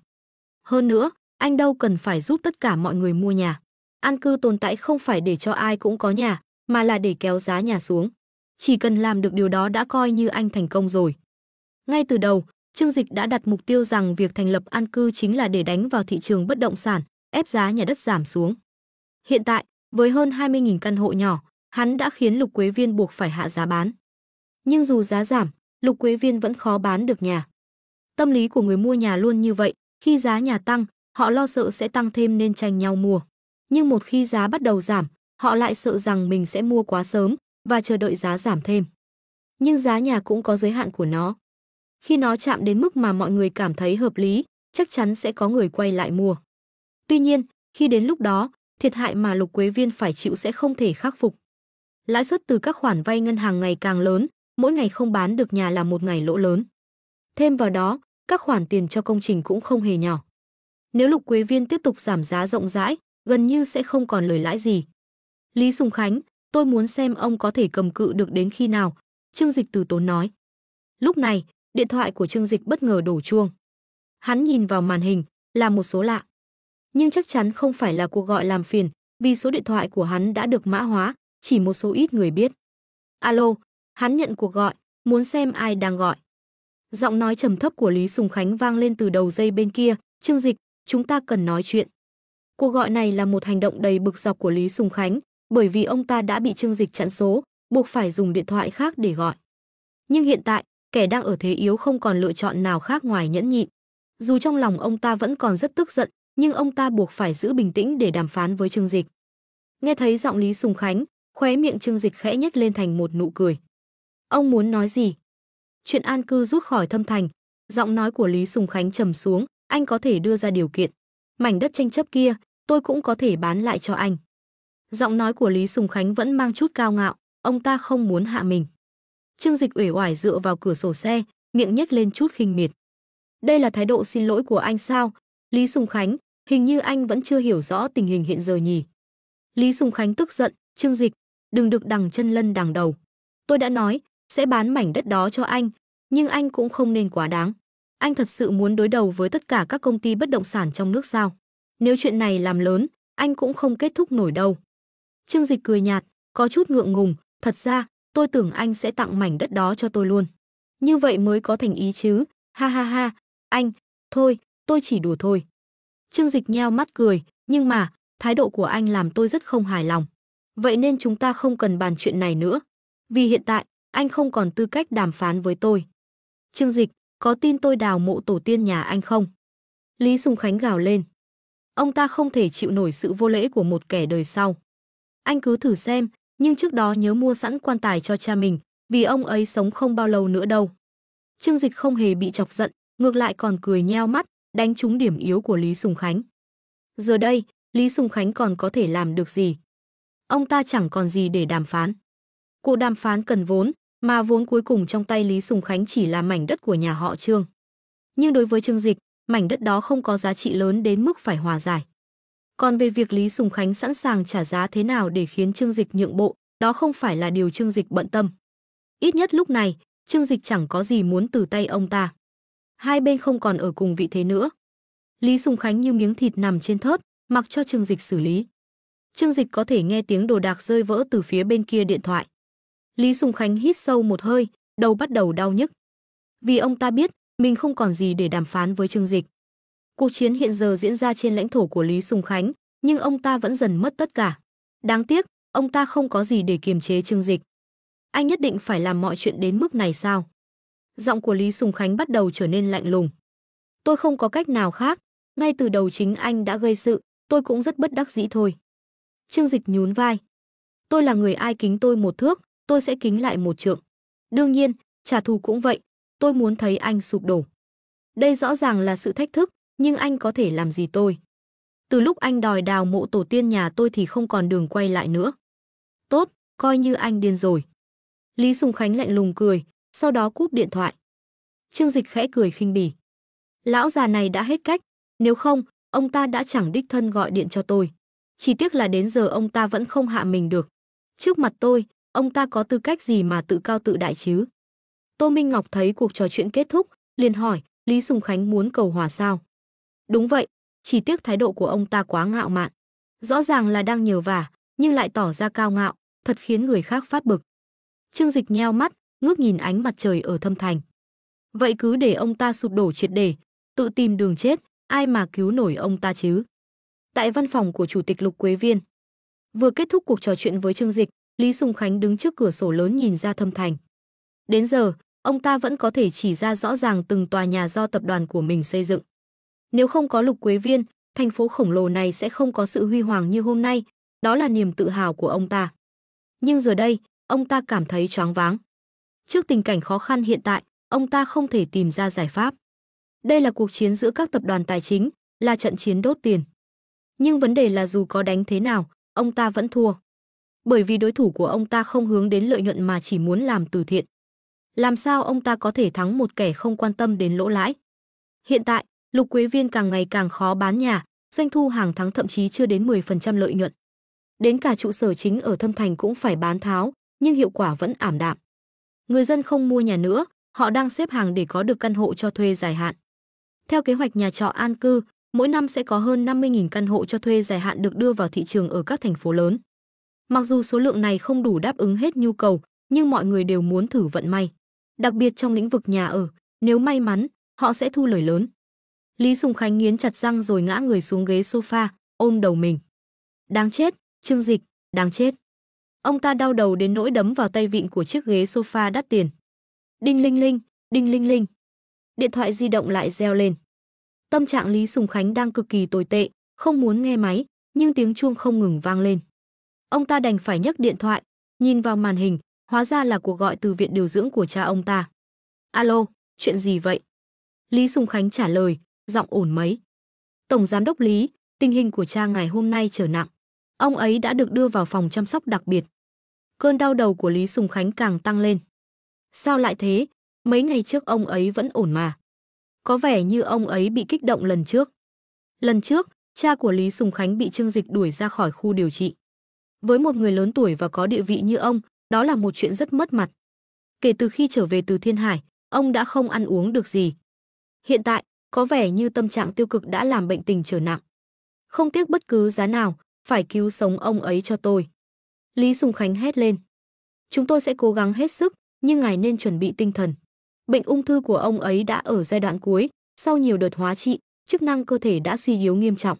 Chúng tôi không dám chắc ông ấy có thể vượt qua. Bác sĩ ở đầu dây bên kia nhắc nhở. Tôi không quan tâm, bằng mọi giá phải cứu ông ấy, nếu không tôi sẽ đóng cửa bệnh viện của các người. Lý Sùng Khánh giận dữ hét lên. Chúng tôi sẽ cố gắng hết sức, nhưng tôi muốn nói một điều, Tổng Giám đốc Lý. Thương Long huyết đã được chứng minh có thể chữa trị ung thư.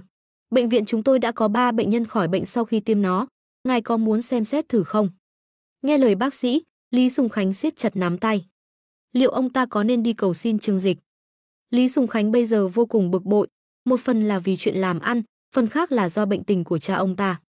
Thật trớ trêu, cả hai chuyện này đều liên quan đến một người, kẻ đối đầu không đội trời chung với ông ta, Trương Dịch. Phải làm sao đây? Bất kể là công ty hay việc chữa bệnh cho cha, có Trương Dịch thì mọi thứ đều không yên. Ánh mắt Lý Sùng Khánh đỏ rực, lóe lên một tia sát khí rồi nhanh chóng biến mất. Nếu như hắn không tồn tại nữa thì sao? Ha ha, ha ha ha. Ông ta cười lạnh lùng, đầy ám chỉ. Đúng vậy, chỉ cần hắn biến mất thì mọi chuyện sẽ ổn thôi. Loại chuyện này không quá khó, Lý Sùng Khánh từng làm rồi, nhất là trong ngành bất động sản, những góc khuất tăm tối không hề ít. Sau khi suy nghĩ kỹ, nét mặt Lý Sùng Khánh trở nên lạnh lẽo. Ông ta đến bàn làm việc, mở ngăn kéo và lấy ra một chiếc điện thoại Nokia cũ, số trên điện thoại đã lâu không dùng đến. Alo, Hắc Tử, giúp tao xử lý một người, nếu thành công, tao sẽ trả mày 1 tỷ. Khi đến Thâm Thành, Trương Dịch nghỉ tại một khách sạn 5 sao. Với thân phận hắn anh, việc này thu hút không ít phóng viên. Tuy nhiên, hắn luôn giữ phong cách kín tiếng, chưa bao giờ tiếp nhận phỏng vấn. Nếu cần phát ngôn, hắn để Tô Minh Ngọc đại diện.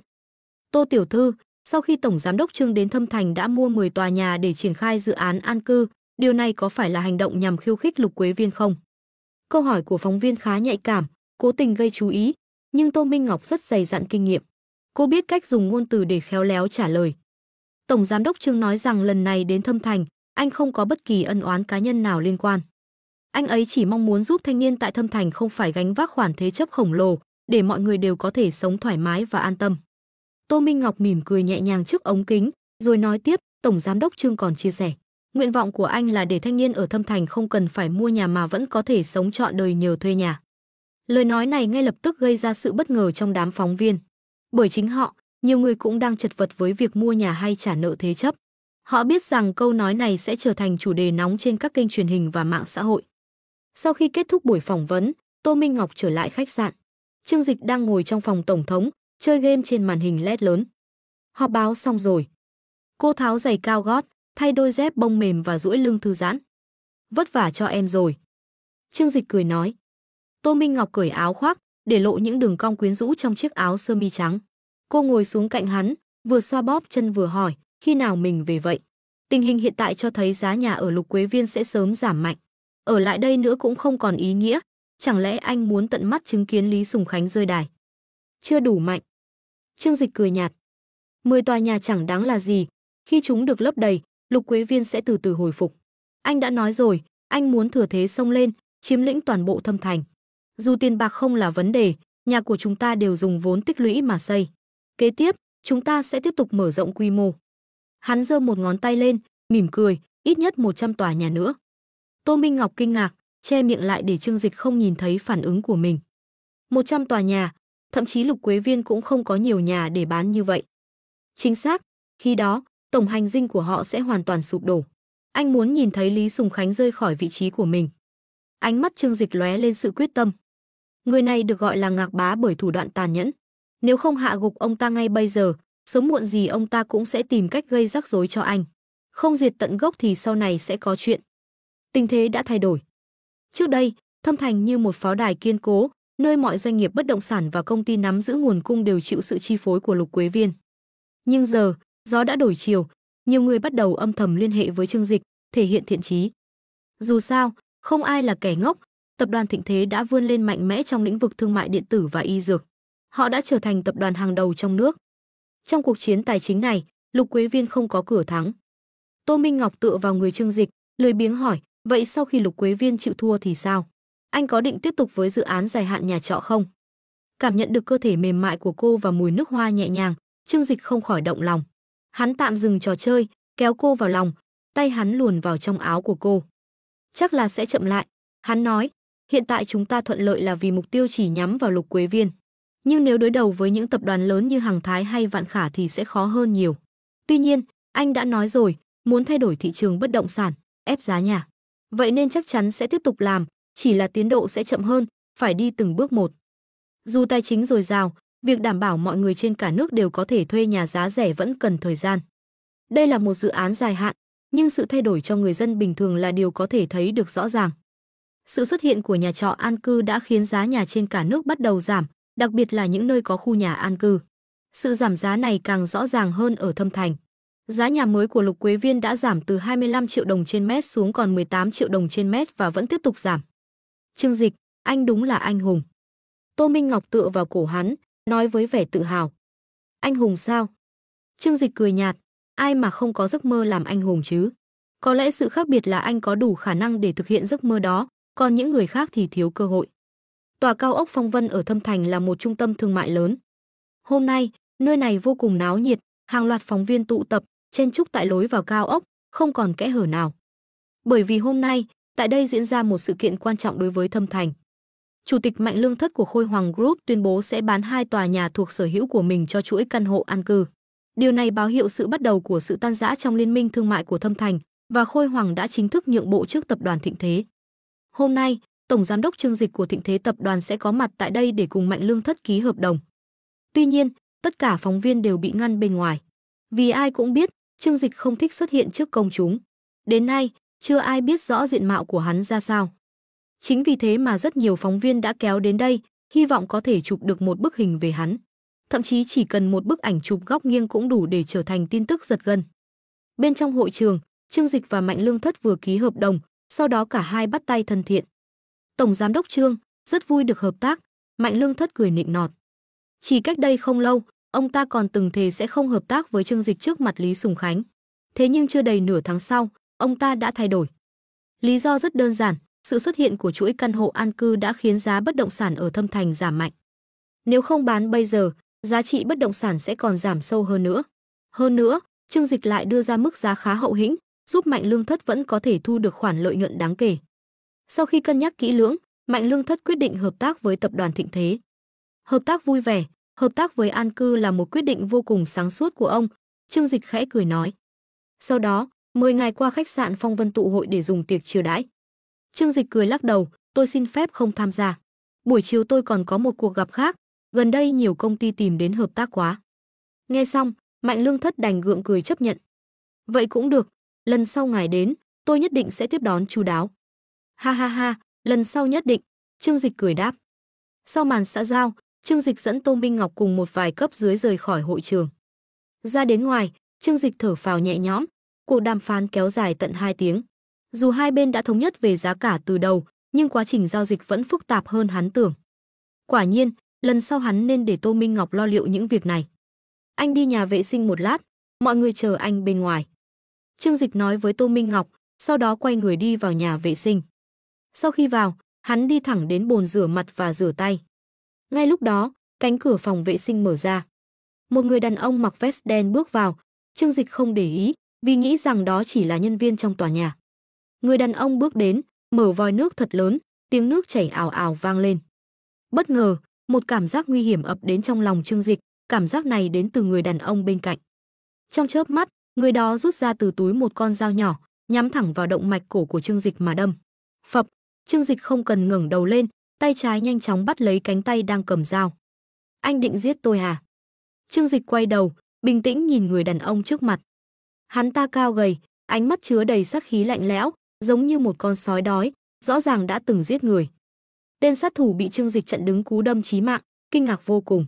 Hắn cố gắng giật tay về, nhưng tay trái của Trương Dịch như một chiếc kìm sắt, giữ chặt cổ tay hắn, không để hắn động đậy. Trong cơn hoảng loạn, tên sát thủ đá thẳng vào hạ bộ của Trương Dịch. Nhưng tốc độ của hắn hoàn toàn không thể đọ được với Trương Dịch. Trong tích tắc, thế giới trước mắt hắn đảo lộn, rồi hắn bị ném mạnh xuống đất. Trương Dịch xoay tay, bẻ quặt cánh tay hắn ra sau lưng. Rắc, một tiếng, cánh tay hắn bị bẻ gãy. Tên sát thủ đau đến vã mồ hôi lạnh, nhưng vẫn tỏ ra gan lì, không hề hét lên. Lý Sùng Khánh phái anh đến sao? Trương Dịch quỳ trên lưng hắn, lạnh lùng hỏi. Lý Sùng Khánh gì chứ? Tôi không biết, tên sát thủ phủ nhận. Trương Dịch cười, lấy con dao vàng từ tay hắn, kề vào cổ hắn. Anh muốn giết tôi, giờ tôi hoàn toàn có quyền tự vệ chính đáng và giết anh có tin không? Tên sát thủ cứng cổ, cười lạnh, ha ha, anh là tổng giám đốc của Thịnh Thế tập đoàn. Nếu dính đến tội giết người, chắc chắn không dễ thoát đâu. Trương Dịch nheo mắt, rõ ràng kẻ này biết rất rõ về thân phận của hắn, chắc chắn là do Lý Sùng Khánh phái đến. Anh đã biết tôi là ai, thì cũng phải hiểu rằng, dù tôi giết anh ngay tại đây, tôi vẫn sẽ bình an vô sự. Hừ, có gan thì giết tôi đi, tên sát thủ vẫn ngoan cố, không chịu khuất phục. Trương Dịch hiểu ra, hắn là một sát thủ chuyên nghiệp, không phải loại người dễ thỏa hiệp. Có lẽ hắn tin chắc rằng Trương Dịch sẽ không dám giết hắn.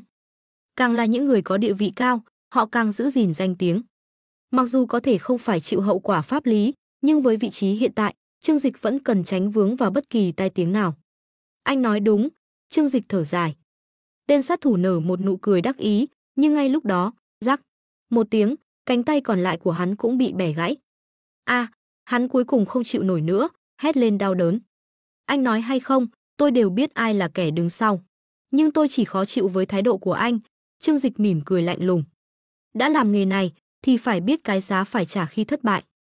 Trương Dịch liên tục đấm vào người tên sát thủ, đánh cho đến khi hắn hấp hối, miệng chảy đầy máu, không còn sức để phản kháng. Xong việc, Trương Dịch mới cởi cà vạt của mình, trói tay hắn ra sau lưng. Một lúc sau, Tô Minh Ngọc vẫn không thấy Trương Dịch đi ra, lo lắng đứng chờ ngoài nhà vệ sinh. Khi đó, Trương Dịch đẩy cửa bước ra, ném tên sát thủ đang rên rỉ, người đầy máu xuống đất. Hắn là ai? Tô Minh Ngọc hoảng hốt, còn Mạnh Lương Thất cũng ngạc nhiên không kém. Tổng giám đốc Trương, có chuyện gì vậy? Tên này định ám sát tôi trong nhà vệ sinh, nhưng bị tôi phản đòn. Tổng giám đốc Mạnh, người này không phải là nhân viên công ty ông chứ? Trương Dịch nhìn chằm chằm Mạnh Lương Thất, nheo mắt cười. Mạnh Lương Thất giật mình, vội vàng xua tay, không, công ty chúng tôi tuyệt đối không có ai như thế. Không phải là người của các người thì tốt rồi, vậy thì mang hắn đi. Trương Dịch ra hiệu cho hai vệ sĩ, ngay lập tức, họ bước tới, kéo lê tên sát thủ như một con bù nhìn bị vứt bỏ. Trương Dịch, anh không sao chứ? Tô Minh Ngọc tiến lại gần, lo lắng kiểm tra Trương Dịch từ đầu đến chân. Anh không sao, hắn chỉ có vài ba đòn mèo quào, không làm gì được anh đâu. Trương Dịch lắc đầu, nhưng khi nhớ lại, hắn không khỏi cảm thấy rùng mình. Nếu không nhờ vào kỹ năng tự vệ mà hắn đã học từ trước, chắc chắn lần này đã gặp nguy hiểm lớn. Lý Sùng Khánh thật sự quá độc ác, không thể cạnh tranh trong kinh doanh, ông ta lại lén thuê sát thủ để hãm hại hắn. Chuyện này, Trương Dịch đương nhiên không thể bỏ qua dễ dàng. Hắn sẽ đòi lại cả vốn lẫn lãi từ Lý Sùng Khánh. Tổng giám đốc Mạnh, cho tôi hỏi, công ty của các ông có lắp đặt camera trong nhà vệ sinh không?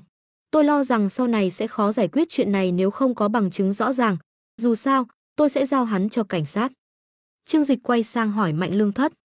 Nghe vậy, Mạnh Lương Thất nhanh chóng gật đầu, vẻ mặt đắc ý, đương nhiên là có. Mỗi nhà vệ sinh trong công ty đều có camera giám sát.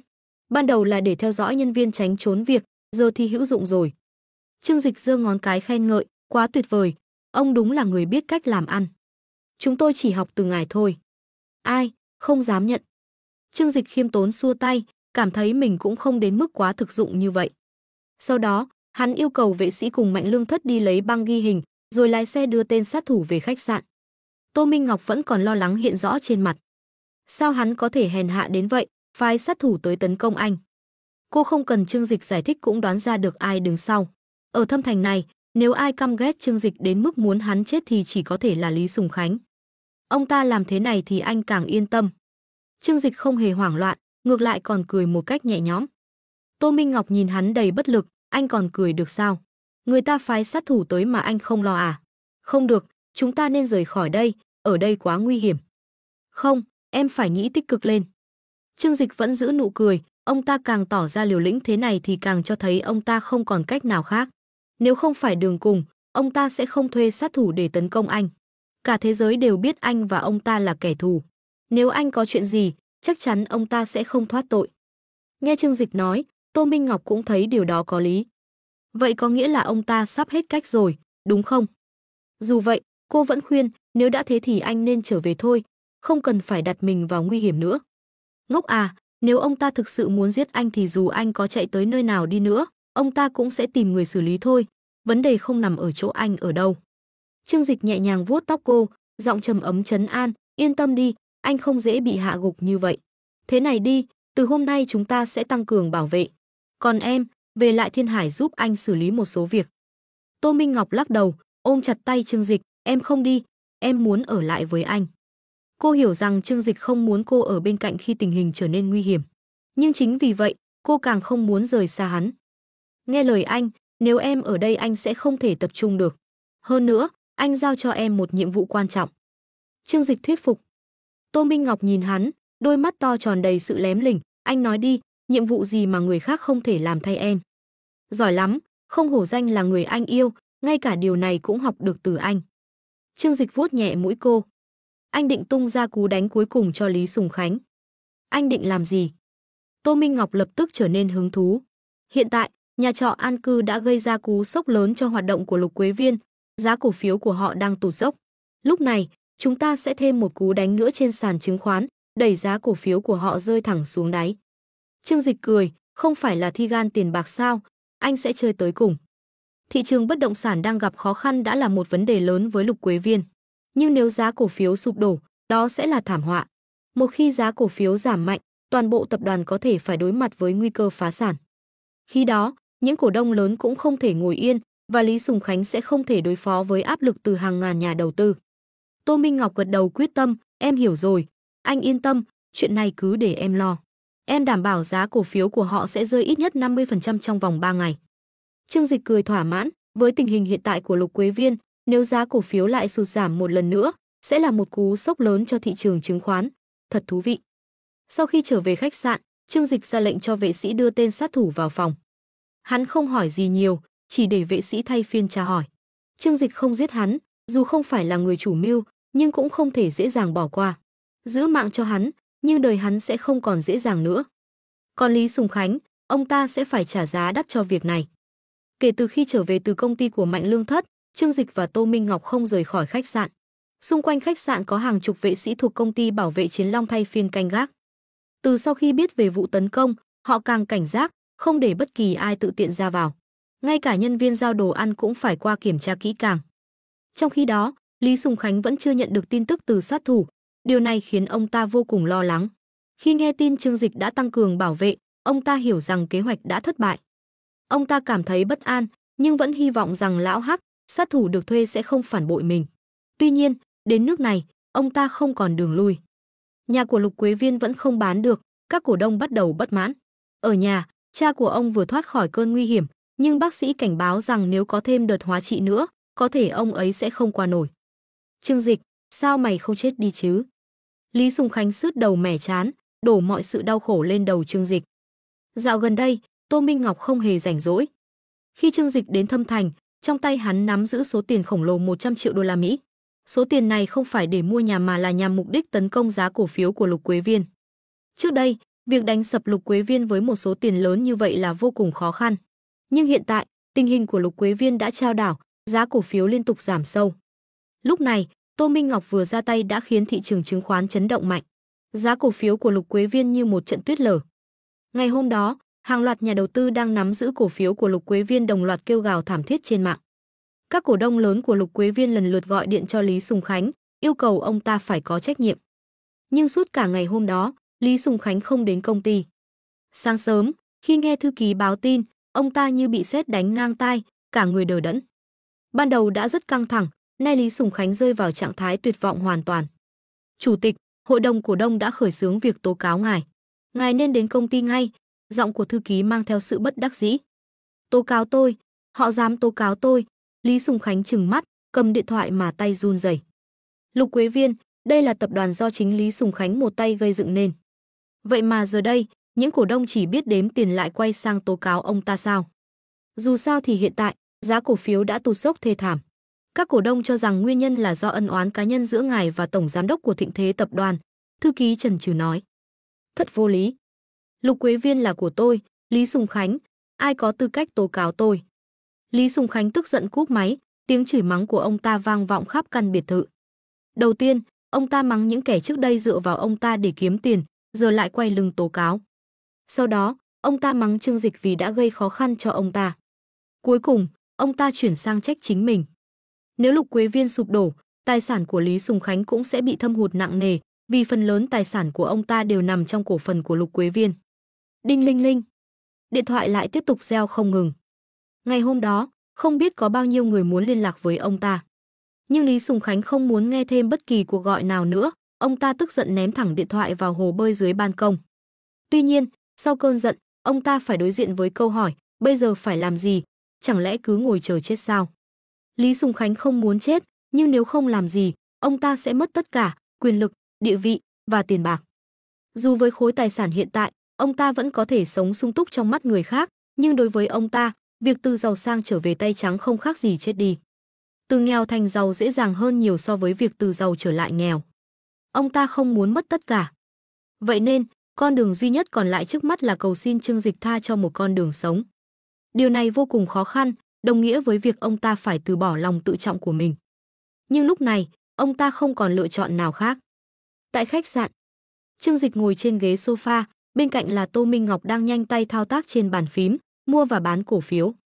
Giá cổ phiếu của Lục Quế Viên sụt giảm thê thảm thật, y hệt cái tên của nó. Trương Dịch nhìn màn hình cổ phiếu, nở một nụ cười nhàn nhạt. Mọi việc diễn ra theo đúng kế hoạch khiến hắn rất hài lòng. Giờ đây, chắc hẳn mặt của Lý Sùng Khánh đã chuyển sang màu xanh. Không biết bao nhiêu người sẽ nhảy lầu đây, có lẽ cả Lý Sùng Khánh cũng là một trong số đó. Tô Minh Ngọc thở dài, trong mắt ánh lên vẻ đắc ý. Việc khiến cổ phiếu của một tập đoàn lớn rớt giá thê thảm như vậy mang lại cho cô cảm giác vô cùng thỏa mãn. Đồng hồ đã gần 10 giờ, nhưng cô vẫn tràn đầy năng lượng, không hề thấy mệt mỏi. Nhân sinh đắc ý phải vui vẻ, một bài tình ca thật lãng mạn. Đúng lúc đó, điện thoại di động của Trương Dịch reo lên. Hắn cầm máy lên xem, phát hiện đó là một số lạ. Alo, ai vậy? Trương tiên sinh, tôi là Ôn Đạo Tinh, đã lâu không gặp. Quan chức cấp cao của Thâm Thành, Ôn Đạo Tinh, đích thân gọi điện cho hắn. Ngạc nhiên ư? Cũng không hẳn. Hiện giờ, cổ phiếu của Lục Quế Viên đang lao dốc thảm hại, khiến cả giới đầu tư trong nước bàng hoàng. Không có gì lạ khi một quan chức cấp cao như Ôn Đạo Tinh gọi điện để quan tâm tình hình. Dù sao, nếu Lục Quế Viên xảy ra vấn đề, điều này sẽ ảnh hưởng trực tiếp đến GDP của Thâm Thành, và đối với Ôn Đạo Tinh, đây là vấn đề vô cùng nghiêm trọng. Chào bí thư Ôn, không biết có việc gì mà ngài gọi điện cho tôi? Trương Dịch cười hỏi. Hắn đã đoán trước được lý do Ôn Đạo Tinh gọi, chắc chắn là để nói đỡ cho Lý Sùng Khánh. Nhưng liệu lời nói của Ôn Đạo Tinh có khiến Trương Dịch nhượng bộ không? Thịnh Thế tập đoàn không thuộc quyền quản lý của Thâm Thành, dù Ôn Đạo Tinh có quyền lực đến đâu cũng không thể can thiệp vào quyết định của Trương Dịch. Trương tiên sinh, tôi gọi để hòa giải chuyện giữa ngài và Lý Sùng Khánh. Ông ta đã biết lỗi, tôi hy vọng ngài có thể cho ông ấy một cơ hội sửa sai. Ít nhất, xin ngài hãy tha cho Lục Quế Viên. Nếu không, hậu quả sẽ rất lớn, nhiều bên không thể chịu nổi. Ôn Đạo Tinh tận tình khuyên nhủ. Cho ông ta một cơ hội, Trương Dịch cười khẩy. Khi ông ta định đào mộ tổ tiên nhà tôi, sao không ai khuyên ông ta cho gia tộc tôi một cơ hội? Ông ta làm sai trước, tôi chỉ đáp trả thôi, rất công bằng.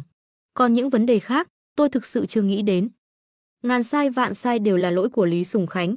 Nhưng những nhà đầu tư cổ phiếu vô tội và Lục Quế Viên đã có nhiều đóng góp lớn. Ngài hãy mở lòng, cho họ một con đường sống. Ôn Đạo Tinh tiếp tục thuyết phục. Đầu tư cổ phiếu có rủi ro, nhà đầu tư phải cẩn thận. Trương Dịch cười, cổ phiếu vốn dĩ lợi nhuận cao thì rủi ro cũng cao.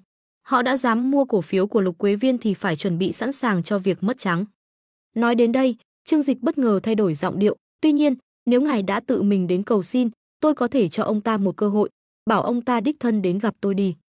Giờ Trương Dịch chỉ muốn xem biểu cảm của Lý Sùng Khánh sẽ ra sao, chắc chắn sẽ rất thú vị. Vậy được, tôi sẽ chuyển lời cho ông ấy. Ôn Đạo Tinh cúp máy rồi thông báo lại với Lý Sùng Khánh. Chuyện này không thể tránh được, người ta đã nể mặt tôi, nhưng phần còn lại là phải dựa vào chính anh. Ôn Đạo Tinh nói với Lý Sùng Khánh. Cảm ơn bí thư Ôn. Lý Sùng Khánh đáp lời, gương mặt lộ vẻ cay đắng. Cuối cùng, không còn cách nào khác, ông ta phải đến cầu xin Trương Dịch, kẻ mà ông từng coi là một người đời sau. Trong lòng ông ta tràn ngập sự không cam chịu, bởi vì ông ta biết khi đến đó, ông ta sẽ phải giống như một con chó cầu xin tha thứ. Ông ta từng nhiều lần chứng kiến những đối thủ bị ông ta đánh bại phải hạ mình như thế trước mặt ông. Nhưng không ngờ, giờ đây chính ông ta cũng rơi vào hoàn cảnh đó. Đây chẳng phải là sự báo ứng của thiên đạo luân hồi sao? Trước cổng khách sạn Phương Hoa, một chiếc Lincoln trắng dừng lại.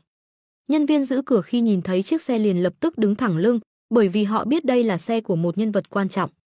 Cửa xe mở ra, Lý Sùng Khánh bước xuống với vẻ mệt mỏi. Ông ta ngước nhìn khách sạn trước mặt, đôi chân như đeo chì, nặng nề bước đi. Chủ tịch, người thư ký đi theo ông ta, lo lắng nhìn ông chủ của mình. Anh không cần đi theo, tôi tự vào được. Lý Sùng Khánh phất tay, giọng nói yếu ớt. Thư ký gật đầu, vậy ngài, bảo trọng. Hắn ta chỉ có thể thốt lên hai chữ này, bởi vì ai cũng biết mâu thuẫn giữa Lý Sùng Khánh và Trương Dịch sâu sắc đến mức nào. Giờ đây, Lý Sùng Khánh đi gặp Trương Dịch chẳng khác nào tự tìm đến rắc rối. Tuy nhiên, ông ta đã đến bước đường cùng. Nếu Trương Dịch không buông tha, Lý Sùng Khánh sẽ hoàn toàn sụp đổ. Lý Sùng Khánh bước vào khách sạn và nhờ Lễ Tân thông báo với Trương Dịch. Chỉ ít phút sau, Lễ Tân đã liên lạc với Trương Dịch qua điện thoại và truyền đạt lại thông tin. Lý Sùng Khánh à, cho ông ta lên đi. Trương Dịch bình thản đáp. Vâng thưa ngài.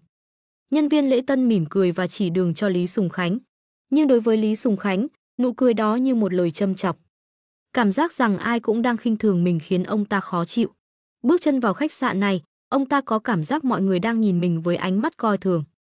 Trong phòng, khi biết Lý Sùng Khánh sắp đến, Tô Minh Ngọc cười nói, em vào phòng trong đợi nhé. Hiểu rằng Trương Dịch và Lý Sùng Khánh có nhiều chuyện riêng để giải quyết, cô không muốn làm phiền. Em vào đi. Trương Dịch mỉm cười và nhẹ nhàng vỗ vào mông cô. Tô Minh Ngọc đỏ mặt, bước vào phòng trong.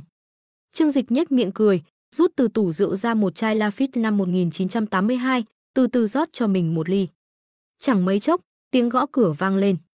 Thưa ngài, Lý Sùng Khánh đã đến. Cho ông ta vào. Trương Dịch bình thản đáp. Cánh cửa mở ra, Lý Sùng Khánh bước vào. Dù đã là đối thủ lâu năm, đây là lần đầu tiên hai người chính thức gặp mặt. Khi thấy khuôn mặt trẻ trung của Trương Dịch, Lý Sùng Khánh cảm thấy kinh ngạc nhưng chỉ có thể nở một nụ cười gượng gạo. Tổng giám đốc Trương, cảm ơn anh đã đồng ý gặp tôi. Lý Sùng Khánh cúi người đàn ông từng đứng đầu một tập đoàn bất động sản lớn giờ đây không còn chút kiêu hãnh nào. Trương Dịch không ngẩng đầu lên, chỉ bình thản nói, là bí thư Ôn gọi điện nên tôi mới nể mặt mà gặp anh. Nhưng tôi không hiểu, đến giờ phút này, anh còn đến gặp tôi làm gì? Lý Sùng Khánh vội vàng đáp, tôi biết trước đây đã mạo phạm anh nhiều.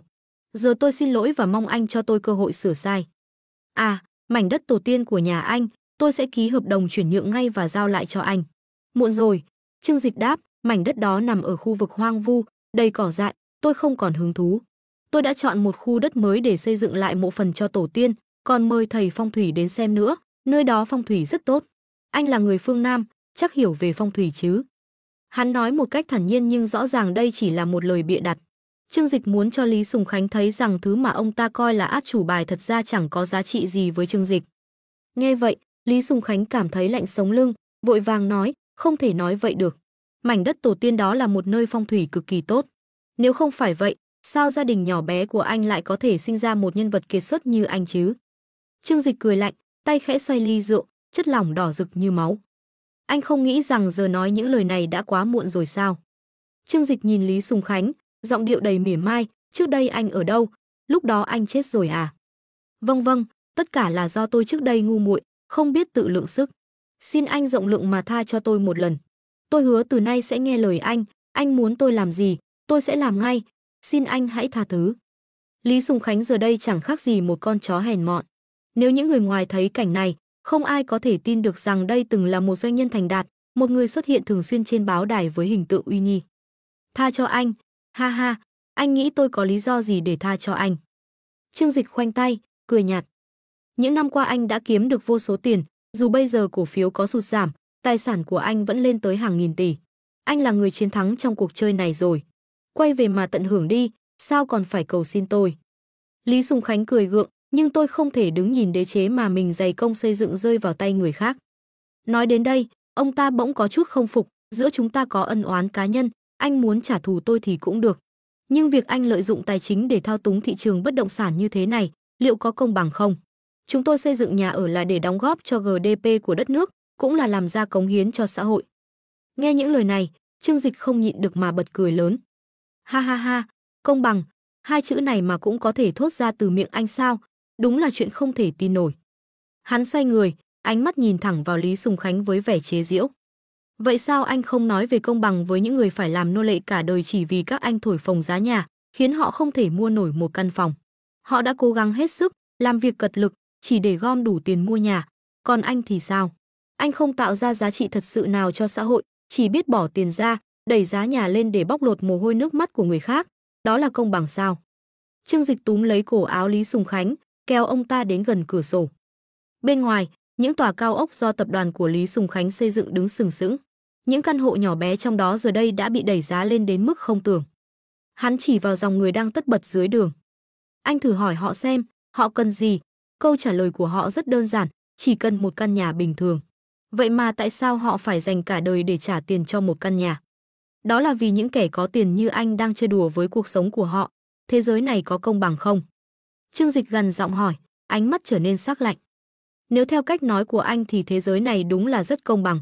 Người có tiền thì có quyền, phải không? Anh không chơi nổi thì đừng trách người khác. Những lời của Trương Dịch khiến Lý Sùng Khánh cứng họng, không biết đáp lại ra sao. Ai cũng có lợi ích riêng của mình. Từ góc độ của Lý Sùng Khánh, hành động của Trương Dịch đối với ông ta là không công bằng. Nhưng sao Trương Dịch phải quan tâm đến sự sống chết của ông ta, nhất là khi chính ông ta đã gây ra mọi chuyện. Lúc trước, anh đối nghịch với tôi khắp nơi, còn định quật mộ tổ tiên tôi để hạ nhục. Rồi lại thuê sát thủ giết tôi, giờ đến xin tha thứ. Anh nghĩ tôi là Bồ Tát sao? Trương Dịch vừa nói vừa tát mạnh vào mặt Lý Sùng Khánh, nhục mạ ông ta không thương tiếc. Không, tôi không làm vậy. Lý Sùng Khánh hoảng hốt phủ nhận, tôi không quen tên đó. Nhưng hắn đã khai ra rồi, và chính anh là người đứng sau. Trương Dịch lạnh lùng đáp, đừng giả vờ nữa, những gì anh có thể làm, tôi đều đã biết trước. Vậy nên giờ tôi sẽ chơi cho đến khi anh hoàn toàn sụp đổ. Nhưng, chẳng phải anh đã hứa với thư ký Ôn là sẽ tha cho tôi một mạng sao? Đúng, tôi đã đồng ý để anh đến đây, chỉ để nhục mạ anh cho sướng tay thôi, ngu ngốc. Trương Dịch bật cười to, được rồi, tôi đã thoải mái rồi, giờ anh có thể cút đi. Hắn ngồi xuống ghế sofa, phẩy tay như đang xua đuổi một con chó hoang, ánh mắt đầy khinh bỉ. Lý Sùng Khánh cảm thấy mình rơi xuống đáy vực. Ông ta muốn nói điều gì đó, nhưng lại không biết phải nói gì. Như Trương Dịch đã nói, tất cả đều là hậu quả do ông ta tự gây ra. Ngay từ khi đã thuê sát thủ, Lý Sùng Khánh làm gì còn lý do để Trương Dịch tha thứ. Trong khoảnh khắc tuyệt vọng, Lý Sùng Khánh từ từ tiến tới trước mặt Trương Dịch, quỳ xuống. Tôi đáng chết, tôi thực sự đáng chết, nhưng cha tôi vô tội. Tôi xin anh, hãy để tôi dùng mảnh đất tổ tiên nhà anh để đổi lấy mạng sống của cha tôi, được không? Cuối cùng, trong lúc cùng đường, ông ta chỉ còn nghĩ đến gia đình. Sau khi đã mất tất cả, điều duy nhất ông ta mong muốn là giữ được tình thân. Trương Dịch vung tay, tự mình đi làm giấy chuyển nhượng đất và giao cho tôi, sau đó mang cha anh đi trị bệnh. Cảm ơn anh. Lý Sùng Khánh khó nhọc đứng dậy, cả người như mất hồn, bước chập choạng rời khỏi phòng. Người từng là ông trùm bất động sản ở Hoa Hạ giờ đây đã đến hồi kết của sự nghiệp. Sáng hôm sau, Lục Quế Viên chính thức thông báo rằng Lý Sùng Khánh đã bị bãi miễn khỏi vị trí chủ tịch. Quách Hoài Nhân, thư ký hội đồng quản trị, được bổ nhiệm làm chủ tịch mới. Một vị anh hùng lừng lẫy một thời nay đã thất bại thảm hại. Rất nhiều người vui mừng, vỗ tay hoan nghênh khi người đã góp phần đẩy giá bất động sản lên cao ngất trời cuối cùng cũng bị lật đổ. Tuy nhiên, cũng có một số người trong ngành bất động sản than thở về sự khắc nghiệt của cuộc sống.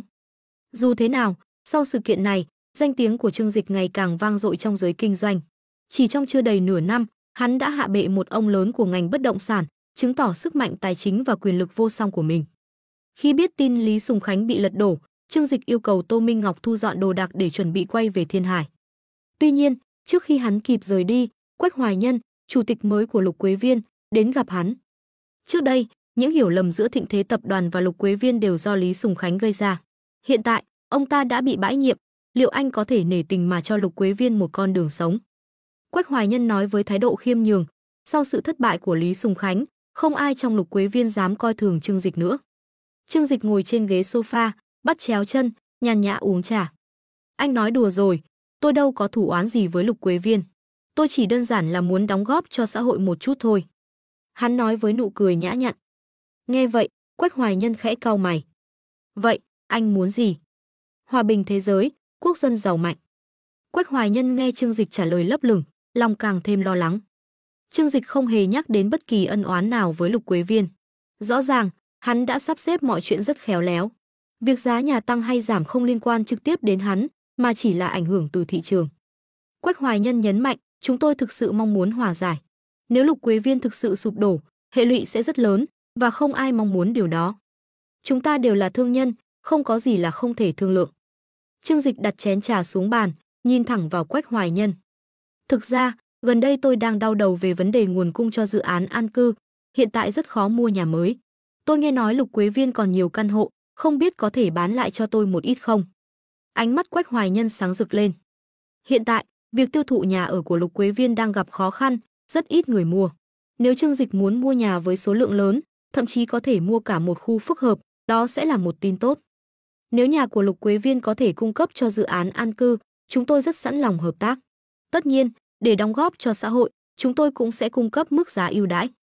Quách Hoài Nhân đã hiểu rõ ý đồ của Trương Dịch. Đây là cơ hội để cả hai bên cùng bước xuống bậc thang. Lý Sùng Khánh có thể thất bại, nhưng Lục Quế Viên thì không. Sự sụp đổ của nó sẽ ảnh hưởng đến nhiều tập đoàn lớn và cả nền kinh tế của Thâm Thành. Giờ đây, khi vấn đề chính đã được giải quyết, không cần thiết phải gây thù chuốc oán với nhiều người.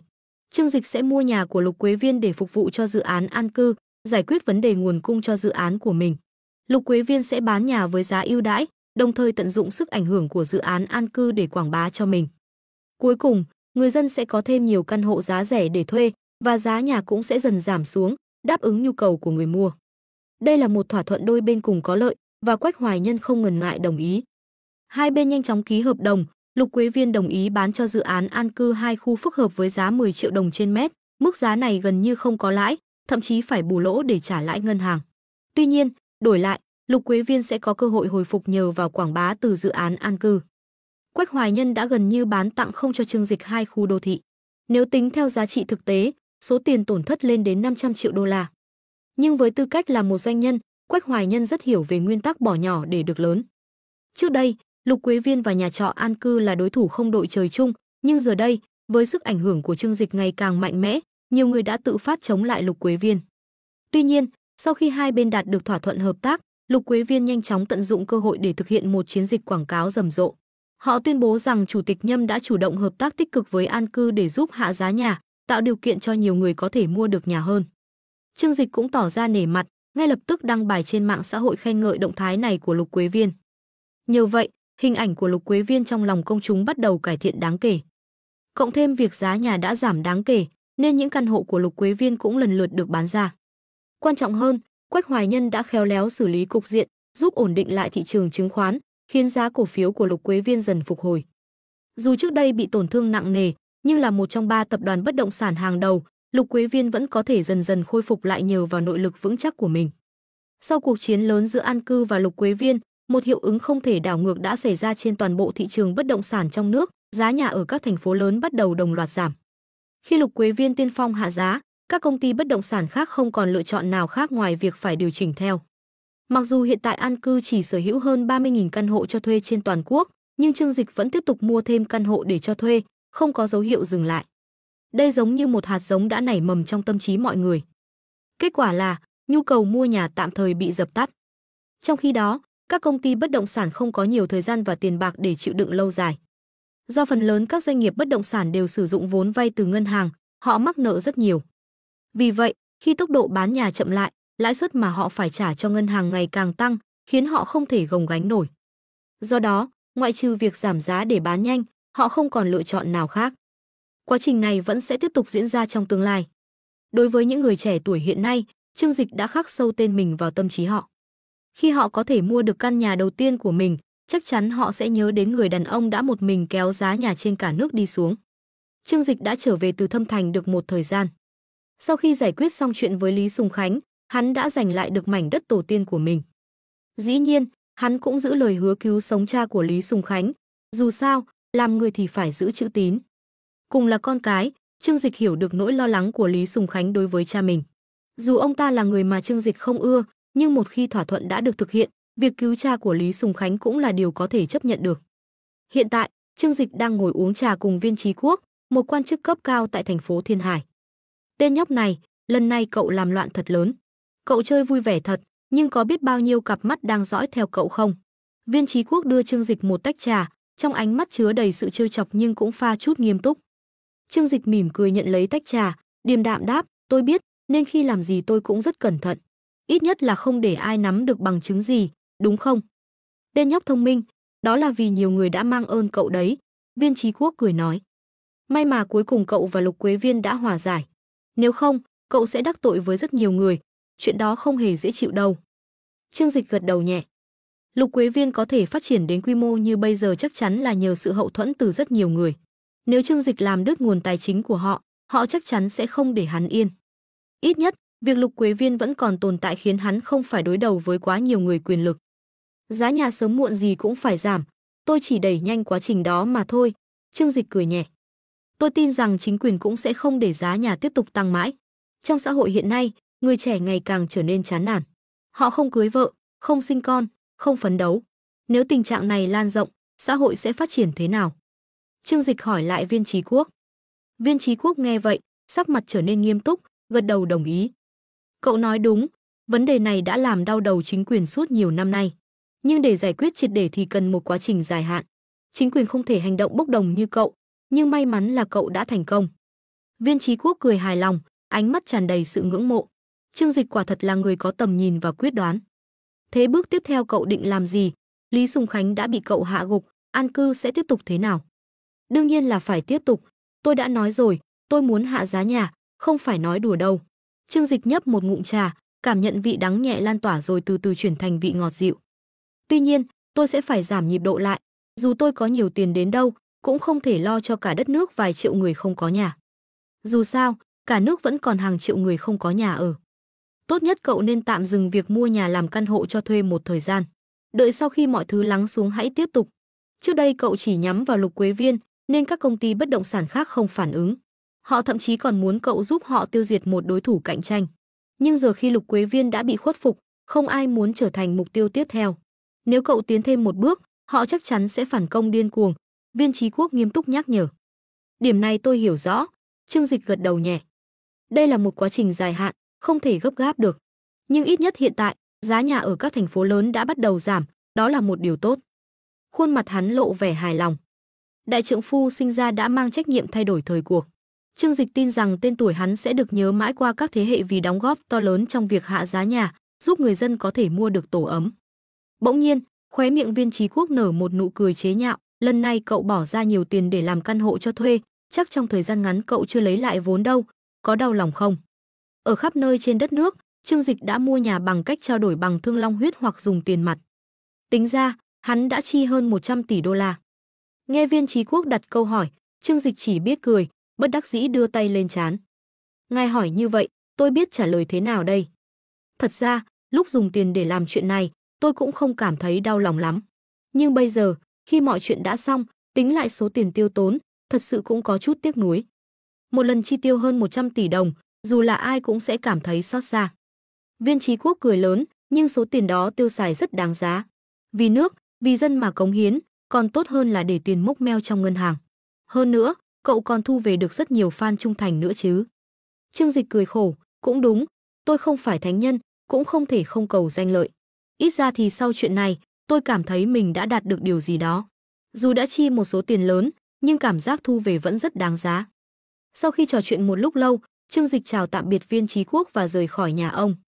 Trên xe, Tô Minh Ngọc đã đợi sẵn, cô cười tươi và đưa laptop lên cho Trương Dịch xem. Trương Dịch, đây là khoản lợi nhuận chúng ta kiếm được từ cổ phiếu của Lục Quế Viên. Lần này, chúng ta đã lãi hơn 80 tỷ đồng. Trương Dịch nở một nụ cười nhẹ, nhưng không tỏ ra quá bất ngờ. Là người xuất thân từ lĩnh vực tài chính, mọi thứ đều nằm trong dự tính của hắn. Tốt, lần này mọi nỗ lực cuối cùng cũng không uổng phí. Tất cả đều theo kế hoạch. Ngay từ khi bắt đầu nhắm vào Lục Quế Viên, Trương Dịch đã tính toán tất cả. Một mặt, hắn muốn ép Lục Quế Viên vào thế bí, nhưng đồng thời, hắn cũng lợi dụng thị trường chứng khoán để kiếm lời. Đầu tiên, hắn đầu tư số tiền lớn để đè bẹp cổ phiếu của Lục Quế Viên, khiến giá cổ phiếu giảm 85% chỉ trong 3 ngày. Điều này khiến nhiều người nghĩ rằng Lục Quế Viên sắp phá sản. Sau đó, khi giá cổ phiếu chạm đáy, Trương Dịch lập tức mua vào một lượng lớn. Cuối cùng, khi hòa giải với Lục Quế Viên và thông báo hợp tác xây dựng khu nhà trọ, giá cổ phiếu tăng trở lại. Mọi thứ đã được tính toán kỹ lưỡng, nhờ vậy, Trương Dịch không chỉ lấy lại số tiền đầu tư vào khu nhà trọ, mà còn kiếm được thêm hơn 60 tỷ đồng. Trong đầu Trương Dịch bỗng vang lên những âm thanh quen thuộc. Đinh, hệ thống nhắc nhở, tài sản cá nhân của ký chủ đã tăng lên 2.000 tỷ, ký chủ nhận được 200 điểm kỹ năng. Đinh, chúc mừng ký chủ đã thu hoạch được kỹ năng đầu tư thánh thủ cấp cao. Đinh, chúc mừng ký chủ nhận được kỹ năng trang điểm đạt nhân cấp cao. Đinh, chúc mừng ký chủ nhận được kỹ năng bơi lội tinh thông cấp cao. Đinh, chúc mừng ký chủ nhận được kỹ năng trăm sông đổ biển tinh thông cấp cao. Đinh, chúc mừng ký chủ nhận được kỹ năng càn khôn cửu thức cấp cao. Đinh, chúc mừng ký chủ nhận được kỹ năng ích cốc thuật cấp cao. Hệ thống lại một lần nữa phát ra những âm thanh thông báo trong đầu Trương Dịch. Dạo gần đây, tần suất hệ thống xuất hiện ngày càng ít, có lẽ vì tài sản của Trương Dịch đã quá lớn. Hiện tại, chỉ nằm không, hắn cũng kiếm được vài tỷ mỗi ngày, nên hệ thống bắt đầu đưa ra những thông báo theo từng giai đoạn. Nghe một chuỗi thông báo liên tục vang lên như âm thanh trúng thưởng trong máy đánh bạc, Trương Dịch không khỏi thấy vui vẻ. Hắn bắt đầu phân phối điểm kỹ năng và nâng cấp các kỹ năng của mình. Giao diện thuộc tính hiện tại. Tên: Trương Dịch. Vận khí giá trị: 200. Vũ lực giá trị: 200. Mị lực giá trị: 200. Trí tuệ giá trị: 200. Tài sản: 278 tỷ 10.035. Kỹ năng: một loạt kỹ năng từ cấp tông sư đến tinh thông, bao gồm võ thuật, âm nhạc, mỹ thuật, y thuật, kỹ thuật lái xe, bơi lội và thậm chí là trang điểm, trăm sông đổ biển, cùng nhiều kỹ năng khác. Khi ánh mắt của Trương Dịch dừng lại ở mục Nguyệt Thần, giai đoạn 1, hắn không khỏi tò mò. Nguyệt Thần, cô cũng có thể tiến hóa sao? Hắn giao tiếp với Nguyệt Thần trong đầu. Đúng vậy, thưa chủ nhân, khi tài sản của ngài tăng lên, ngài có thể sử dụng điểm kỹ năng để nâng cấp tôi. Điều này sẽ mở ra những khả năng mới mạnh mẽ hơn. Trương Dịch gật đầu. Trước đây, vì tài sản của mình chưa đạt mức cần thiết, hắn chưa nhận được thông báo này. Hệ thống hiển thị rõ ràng, để nâng cấp từ giai đoạn 1 lên giai đoạn 2 cần 100 điểm kỹ năng, tương đương với việc tài sản tăng thêm 1.000 tỷ. Vậy, nếu muốn khai phá công nghệ bất tử thì cần phải đạt đến giai đoạn nào? Trương Dịch tò mò hỏi. Giờ đây, mong muốn lớn nhất của hắn là kéo dài tuổi thọ. Có nhiều tiền nhưng cuối cùng vẫn phải đối mặt với cái chết thì có ích gì? Hãy nhìn những người quyền lực như cha của Lý Sùng Khánh và các quan chức cấp cao, họ cũng không thể tránh khỏi cái chết. Vì thế, điều Trương Dịch khao khát nhất lúc này là sống lâu. Giai đoạn 3. Cần bao nhiêu tiền? Từ giai đoạn 2 lên giai đoạn 3, cần 1.000 điểm kỹ năng. Trương Dịch suy nghĩ một lúc và nhận ra, 1.000 điểm kỹ năng tương đương với 1.000 tỷ đồng. Không lạ khi Nguyệt Thần từng nói rằng để đạt được công nghệ bất tử, hắn phải trở thành người giàu nhất thế giới. Tôi hiểu rồi, vậy ở giai đoạn 2, cô có thể cung cấp cho tôi những gì?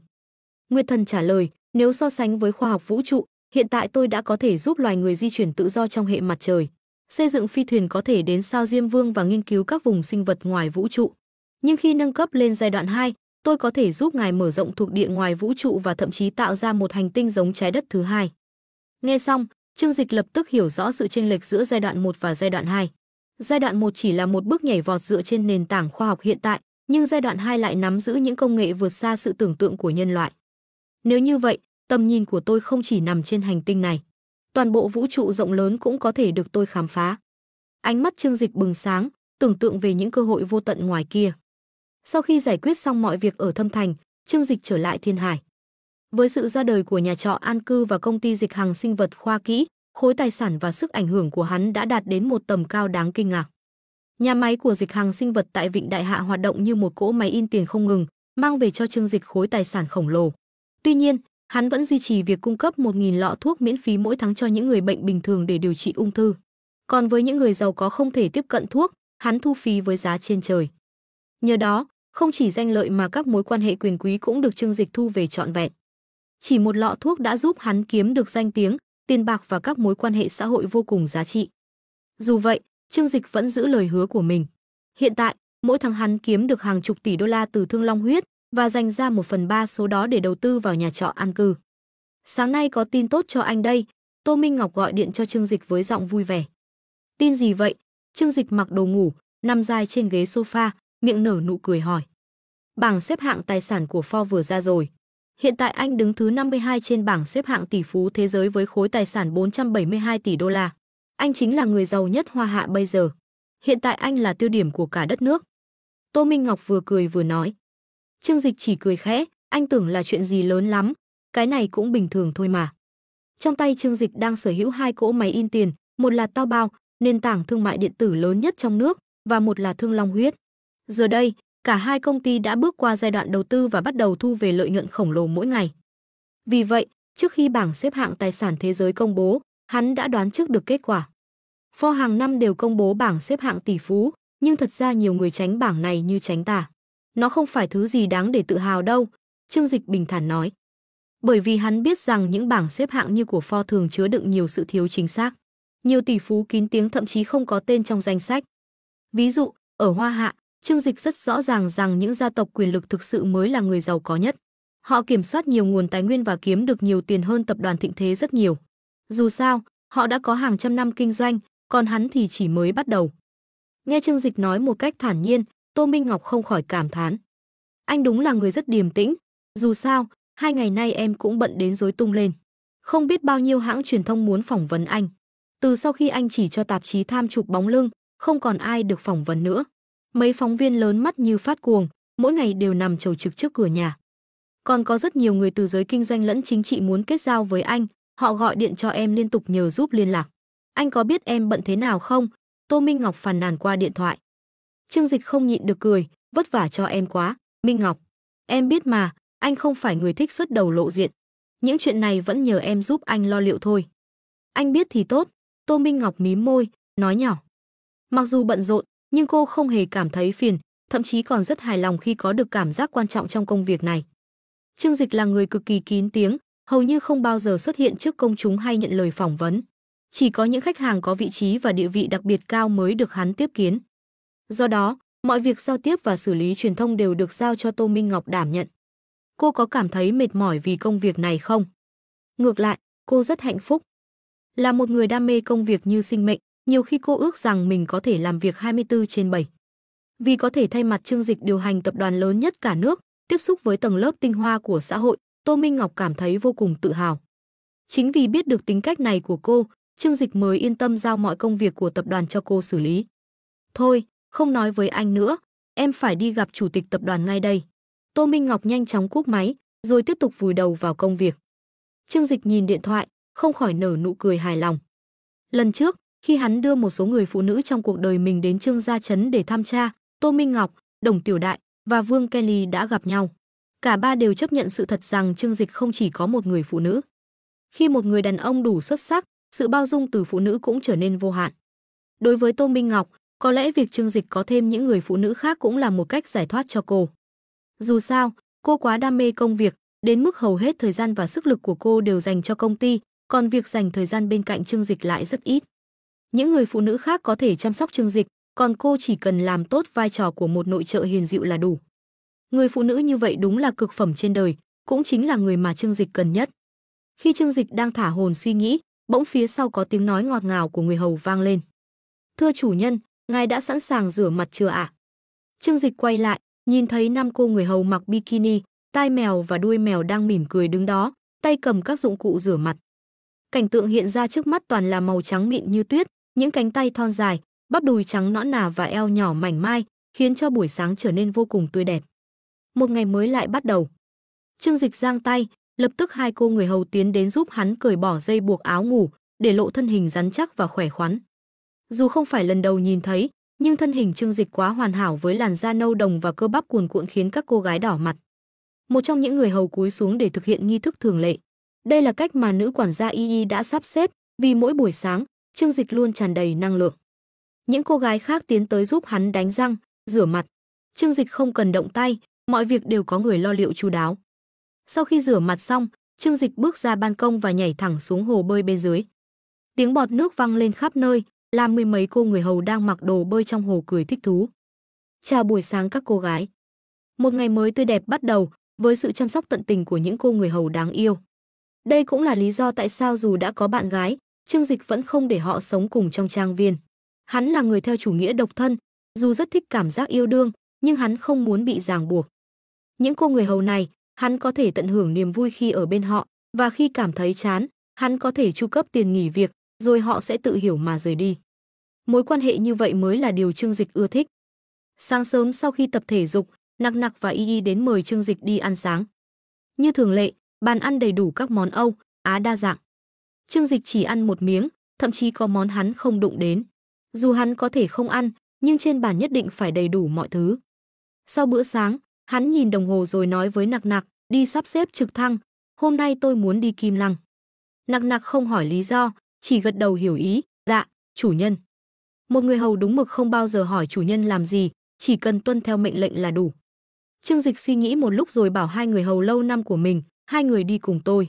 Dù sao trên đường cũng cần có người chăm sóc sinh hoạt thường ngày.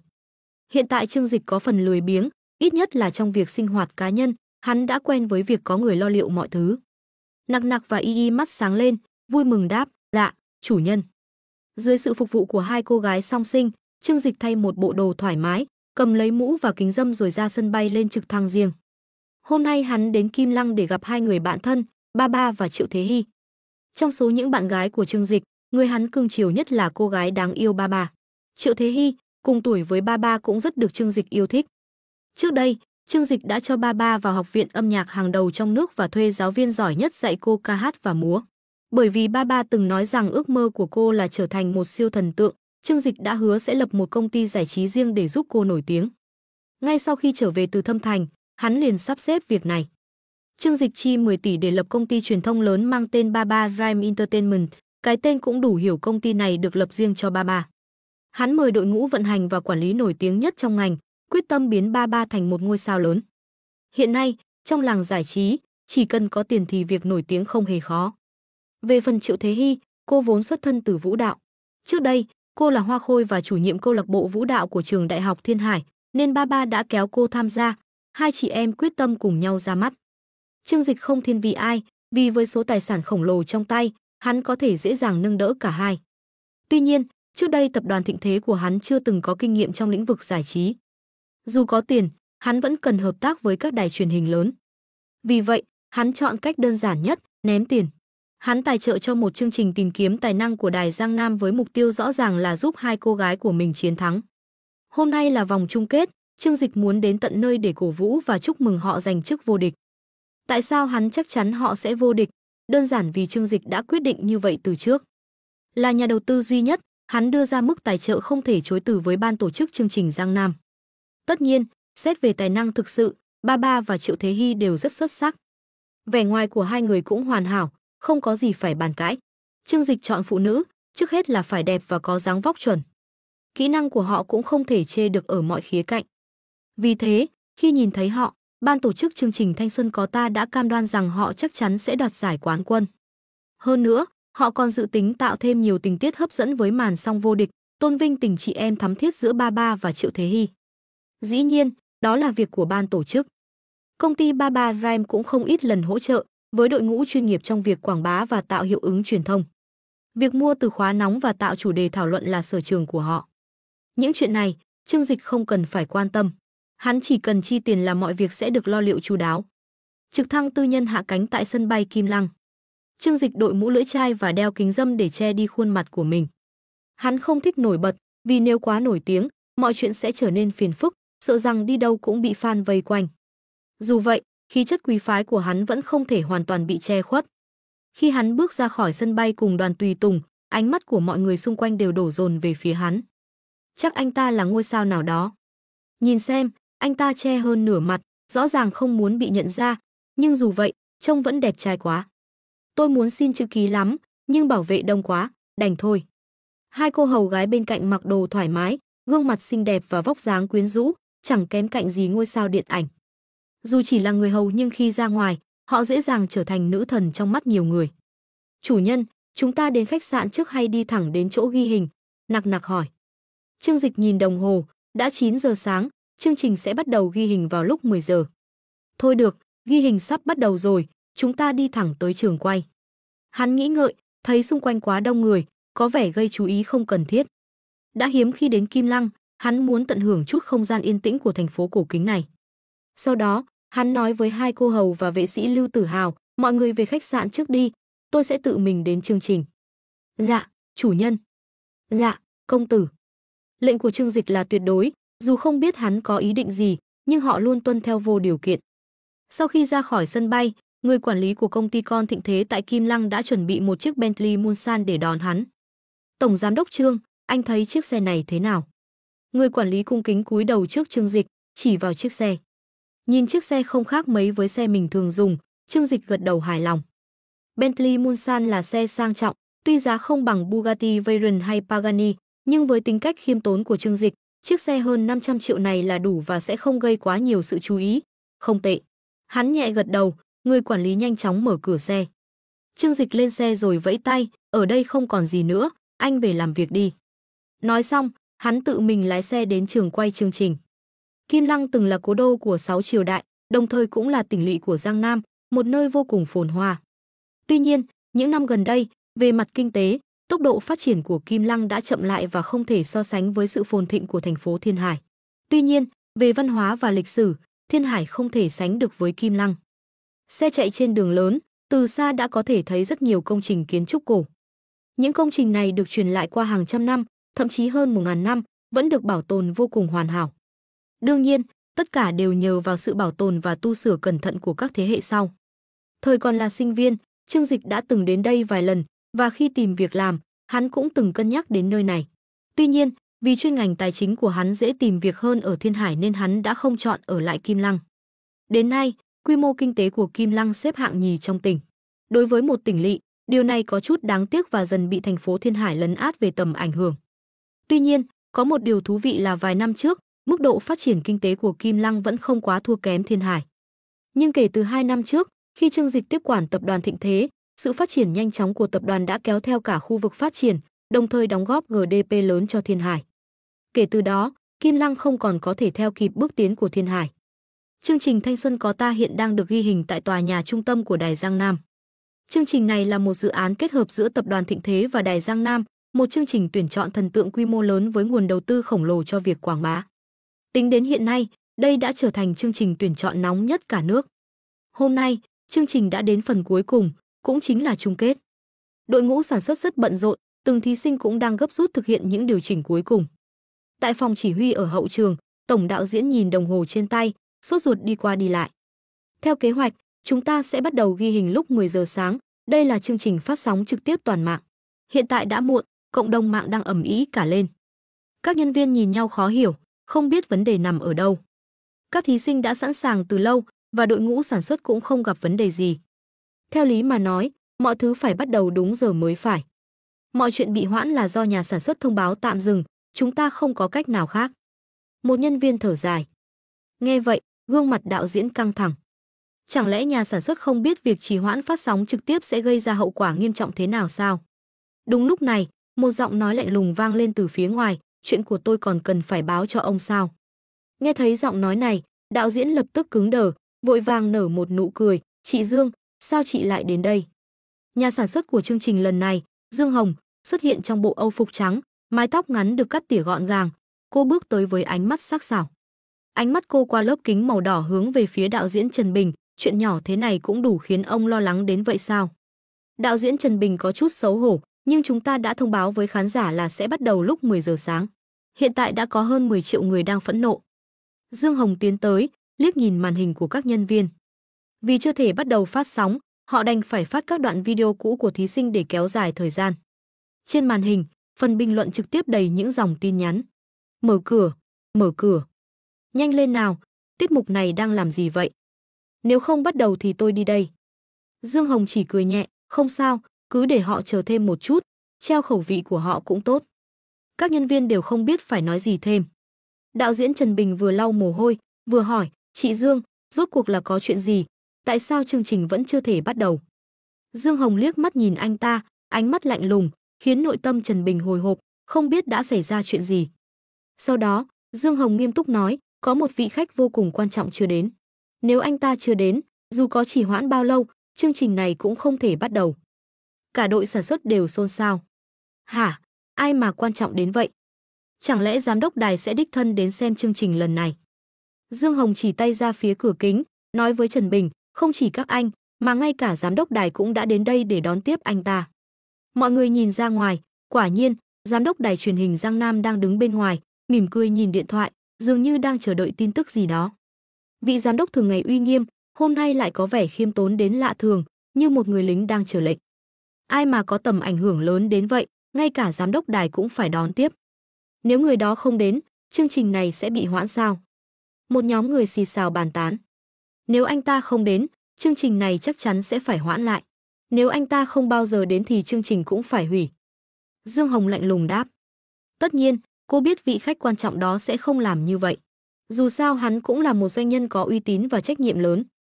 Những lời của Dương Hồng khiến tất cả mọi người càng tò mò hơn. Một nhân vật tầm cỡ như vậy, ai mà không muốn biết hắn là ai. Chị Dương, vị khách này rốt cuộc là ai vậy? Trần Bình tò mò hỏi. Các nhân viên khác cũng tò mò nhìn về phía Dương Hồng. Dương Hồng nhìn Trần Bình, sau đó nhìn các nhân viên khác, suy nghĩ vài giây rồi quyết định tiết lộ một chút để thỏa mãn sự tò mò của mọi người. Tôi sẽ nói cho các bạn biết, nhưng chuyện này phải tuyệt đối giữ bí mật. Vì vị tiên sinh này rất kín tiếng, không thích bị chú ý. Cô hít một hơi sâu, rồi nói, anh ta chính là nhà đầu tư của chương trình lần này, Tổng Giám đốc Tập đoàn Thịnh Thế, Trương Dịch. Cái gì? Trương Dịch, Tổng Giám đốc của Thịnh Thế sao? Không thể nào, một nhân vật tầm cỡ như vậy lại đến xem chương trình tuyển chọn sao? Hay là anh ta để ý đến thí sinh nào đó? À, thật là may mắn, được lọt vào mắt xanh của anh ta chắc chắn là nhờ tổ tiên phù hộ. Cả đội sản xuất không giấu được sự phấn khích. Hiện nay, Trương Dịch có vị thế như một vị thần trong giới doanh nhân. Hắn đã được đặt lên bệ thờ của giới kinh doanh. Dương Hồng mỉm cười, chỉ có cô, giám đốc đài và đạo diễn Trần Bình biết mối quan hệ đặc biệt của Trương Dịch với chương trình này. Hai cô gái nổi bật nhất trong chương trình chính là bạn gái của Trương Dịch, nếu không thì tại sao hắn lại đến đây? Dương Hồng nhìn Trần Bình, khoanh tay hỏi, giờ thì anh hiểu vì sao tôi để mọi người chờ chưa? Trần Bình gật đầu khẽ, nếu là Trương Dịch, đợi bao lâu cũng đáng. Theo kế hoạch ban đầu, Trương Dịch có thể đến sớm, nhưng trên đường hắn bị kẹt xe 2 lần nên đến muộn.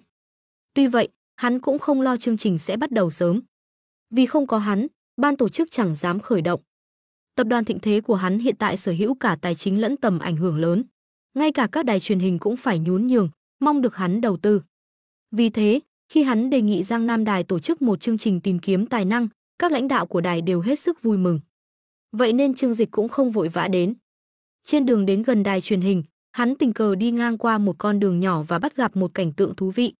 Hai bên đường chất đầy thùng sữa chua, một nhóm phụ nữ ngồi đó, mở từng chai sữa chua, đổ hết vào cống, chỉ giữ lại nắp chai. Xem ra lại có màn quẹt phiếu đây mà. Trương Dịch mỉm cười nhạt, lắc đầu. Phương thức bình chọn của chương trình lần này yêu cầu khán giả mua sữa chua của một nhãn hiệu chỉ định, sau đó quét mã vạch trên nắp chai để bỏ phiếu. Chung kết cũng áp dụng hình thức bỏ phiếu, nên hôm nay nhiều người nghĩ ra đủ cách để tăng phiếu. Hắn không ngờ rằng có người lại lãng phí đến vậy. Nhìn số lượng sữa chua đó, chắc cũng tốn hàng trăm triệu.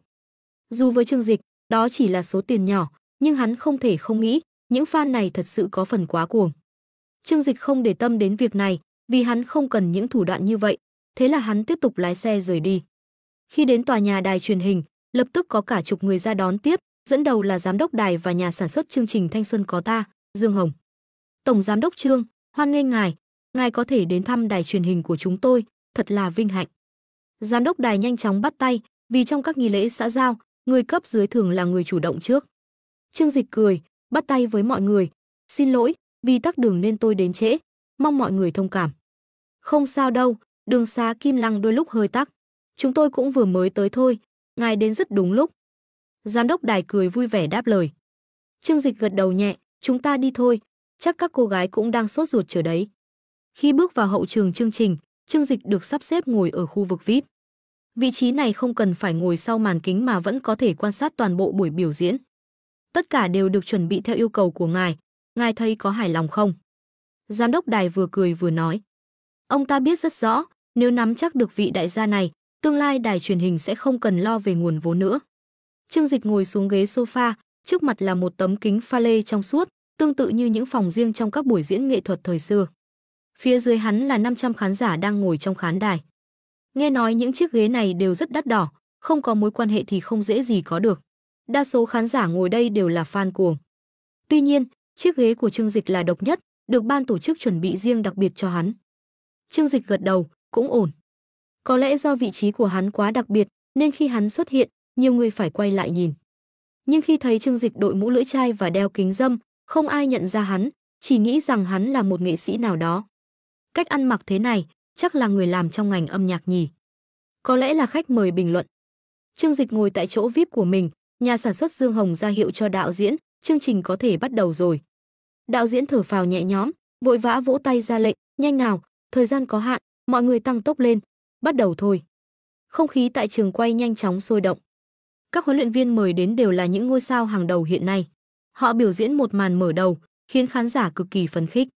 Sau đó, đến lượt các thí sinh biểu diễn. Đây là lần đầu tiên Chương Dịch tham gia xem một chương trình tìm kiếm tài năng trực tiếp. Vì chương trình được phát sóng trực tiếp, mức độ khó cao hơn, nhưng cũng chân thực hơn, khiến khán giả hào hứng hơn. Sau lời giới thiệu của người dẫn chương trình, hàng loạt thí sinh xinh đẹp lần lượt bước lên sân khấu. Họ mặc những bộ trang phục nóng bỏng, thể hiện các màn biểu diễn hát và nhảy đầy năng lượng. Khán giả dưới khán đài vô cùng phấn khích, liên tục cổ vũ. Trên mạng, không ít fan cuồng đăng bình luận cuồng nhiệt. Nini, anh yêu em. Hôm nay anh đã uống liền 10 chai sữa chua để bầu cho em, nhưng thật sự là không thể uống thêm nổi nữa. Lisa, làm vợ anh nhé. Anh vì em đã uống cả đống sữa tươi. Bảo Nhi, hôm nay anh đã dọn 1000 viên gạch, tay anh đã rộp cả rồi. Nhưng chỉ cần nghĩ đến việc có thể mua cho em 10 chai sữa chua, anh lại thấy vui. Trong khi đó, Chương Dịch ngồi trên ghế VIP khá bình thản, thỉnh thoảng chỉ gật đầu nhẹ khi thấy màn biểu diễn xuất sắc. Giám đốc đài và nhà sản xuất Dương Hồng ngồi cạnh hắn, tán gẫu đôi chút. Nhìn thấy phản ứng bình thản của Chương Dịch, cả hai không khỏi cảm thấy lo lắng. Nhóm thí sinh này cũng không tệ lắm, dáng người và ngoại hình đều rất tốt, mà nhảy cũng ổn. Giám đốc đài chỉ vào một nhóm thí sinh trên sân khấu và giới thiệu, đồng thời để ý xem phản ứng của Chương Dịch. Những chương trình lớn như thế này thường đi kèm với những quy tắc ngầm. Các nhà tài trợ thường đến đây vì một mục đích cụ thể, điều này không còn xa lạ gì với ban tổ chức. Nhiều thí sinh, sau khi kết thúc chương trình, sẽ phải hầu hạ các nhà tài trợ. Nếu như nhà tài trợ là một đại gia tầm cỡ như Chương Dịch thì hắn thậm chí không cần mở lời. Chỉ cần nhìn ai lâu hơn một chút, lập tức sẽ có người sắp xếp để cô gái đó đến bên hắn. Nghe những lời giới thiệu đó, Chương Dịch chỉ nhàn nhạt đáp, bình thường thôi. Những cô gái này dù là nữ thần trong mắt người thường nhưng đối với hắn cũng chỉ là bình thường. Thú thật, các thí sinh đến đây thi không thể so sánh với người hầu của hắn. Vì để trở thành người hầu nhà hắn, tiêu chuẩn còn cao hơn nhiều so với việc thi tuyển. Điều kiện đầu tiên là phải giữ nhan sắc tự nhiên. Ha ha, có lẽ trong số các thí sinh ở đây, không ai đáp ứng được điều kiện đó. À, ngoại trừ hai cô gái nhỏ của hắn vì họ là do chính hắn tuyển chọn. Thấy Chương Dịch không tỏ vẻ quan tâm, giám đốc đài vừa bội phục hắn, vừa nhanh chóng chuyển chủ đề. Đương nhiên, so với hai cô gái của tổng giám đốc Trương, những thí sinh này còn kém xa. Mặc dù vừa rồi được khen ngợi, nhưng Chương Dịch vẫn không mấy thoải mái. Hắn chỉ nhìn lướt qua, rồi thản nhiên nói, đúng là họ làm việc cho công ty tôi, nhưng không có quan hệ gì đặc biệt với tôi. Khi có người hỏi, tôi hy vọng anh giải thích rõ, đừng để tôi vướng vào những rắc rối không cần thiết. Người kia giật mình, ngạc nhiên không hiểu tại sao Chương Dịch lại vội vàng phủ nhận mối quan hệ giữa hắn với Ba và Triệu Thế Hy. Ai cũng có thể thấy hai cô gái này vừa xinh đẹp vừa tài năng, và việc Chương Dịch đầu tư lớn để giúp họ giành quán quân cho thấy mối quan hệ chắc chắn không hề bình thường. Tuy nhiên, khi Chương Dịch đã nói vậy, hắn ta liền vội vàng đồng ý mà không hỏi thêm gì. Chương Dịch khẽ gật đầu, không giải thích thêm, dù sao, thân phận của Ba là một bí mật lớn. Viên Chí Quốc đã ly hôn với vợ từ nhiều năm trước, khi đó Ba còn nhỏ, vì vậy không nhiều người biết rõ về cô, kể cả những người thân cận với Viên Chí Quốc. Tuy nhiên, việc Ba trở thành thần tượng chắc chắn sẽ không thể giấu Viên Chí Quốc mãi mãi, và sớm muộn gì ông ấy cũng sẽ biết. Do đó, Chương Dịch phải hành xử cẩn trọng, không thể để Viên Chí Quốc biết rằng hắn đang qua lại với con gái của ông. Nếu biết, chắc chắn Viên Chí Quốc sẽ không tha thứ cho Chương Dịch. Có lẽ một ngày nào đó sự việc sẽ được đưa ra bàn luận, nhưng hiện tại, Chương Dịch không muốn mạo hiểm. Sau khi xem một vài tiết mục biểu diễn, đến lượt nhóm của Ba và Triệu Thế Hy. Họ tham gia biểu diễn theo hình thức nhóm, sau đó từng thành viên sẽ được ban giám khảo và khán giả đánh giá và chấm điểm. Khán giả tại hiện trường và giám khảo đều có quyền bỏ phiếu, nhưng phần lớn số phiếu phụ thuộc vào sự ủng hộ của khán giả xem trực tiếp qua mạng, mà khán giả có thể mua sản phẩm tài trợ để bỏ phiếu. Đó là lý do trước đó Chương Dịch đã chứng kiến cảnh mua phiếu. Dù vậy, số liệu trong hậu trường có thể bị điều chỉnh. Với sự hậu thuẫn của Chương Dịch, chiến thắng của Ba và Triệu Thế Hy gần như đã được định đoạt. Những thí sinh khác chỉ còn lại 7 vị trí còn lại để tranh đấu. Hôm nay, Ba và Triệu Thế Hy vô cùng vui vẻ. Cả hai đều là sinh viên đại học, tuổi chỉ mới 18, 19, còn rất ngây thơ và tràn đầy sức sống. Vẻ đẹp trẻ trung của họ làm siêu lòng bất kỳ ai nhìn thấy. Biết rằng Chương Dịch sẽ đến cổ vũ, từ sáng sớm họ đã cẩn thận chuẩn bị trang phục và trang điểm. Trong chương trình, hai cô gái này luôn đặc biệt hơn hẳn. Các thí sinh khác phải ở chung phòng, ăn đồ ăn hộp giống nhau và mặc đồng phục biểu diễn giống nhau. Nhưng Ba và Triệu Thế Hy được hưởng những đặc quyền riêng, từ phòng ở riêng đến việc có đầu bếp riêng nấu ăn cho họ.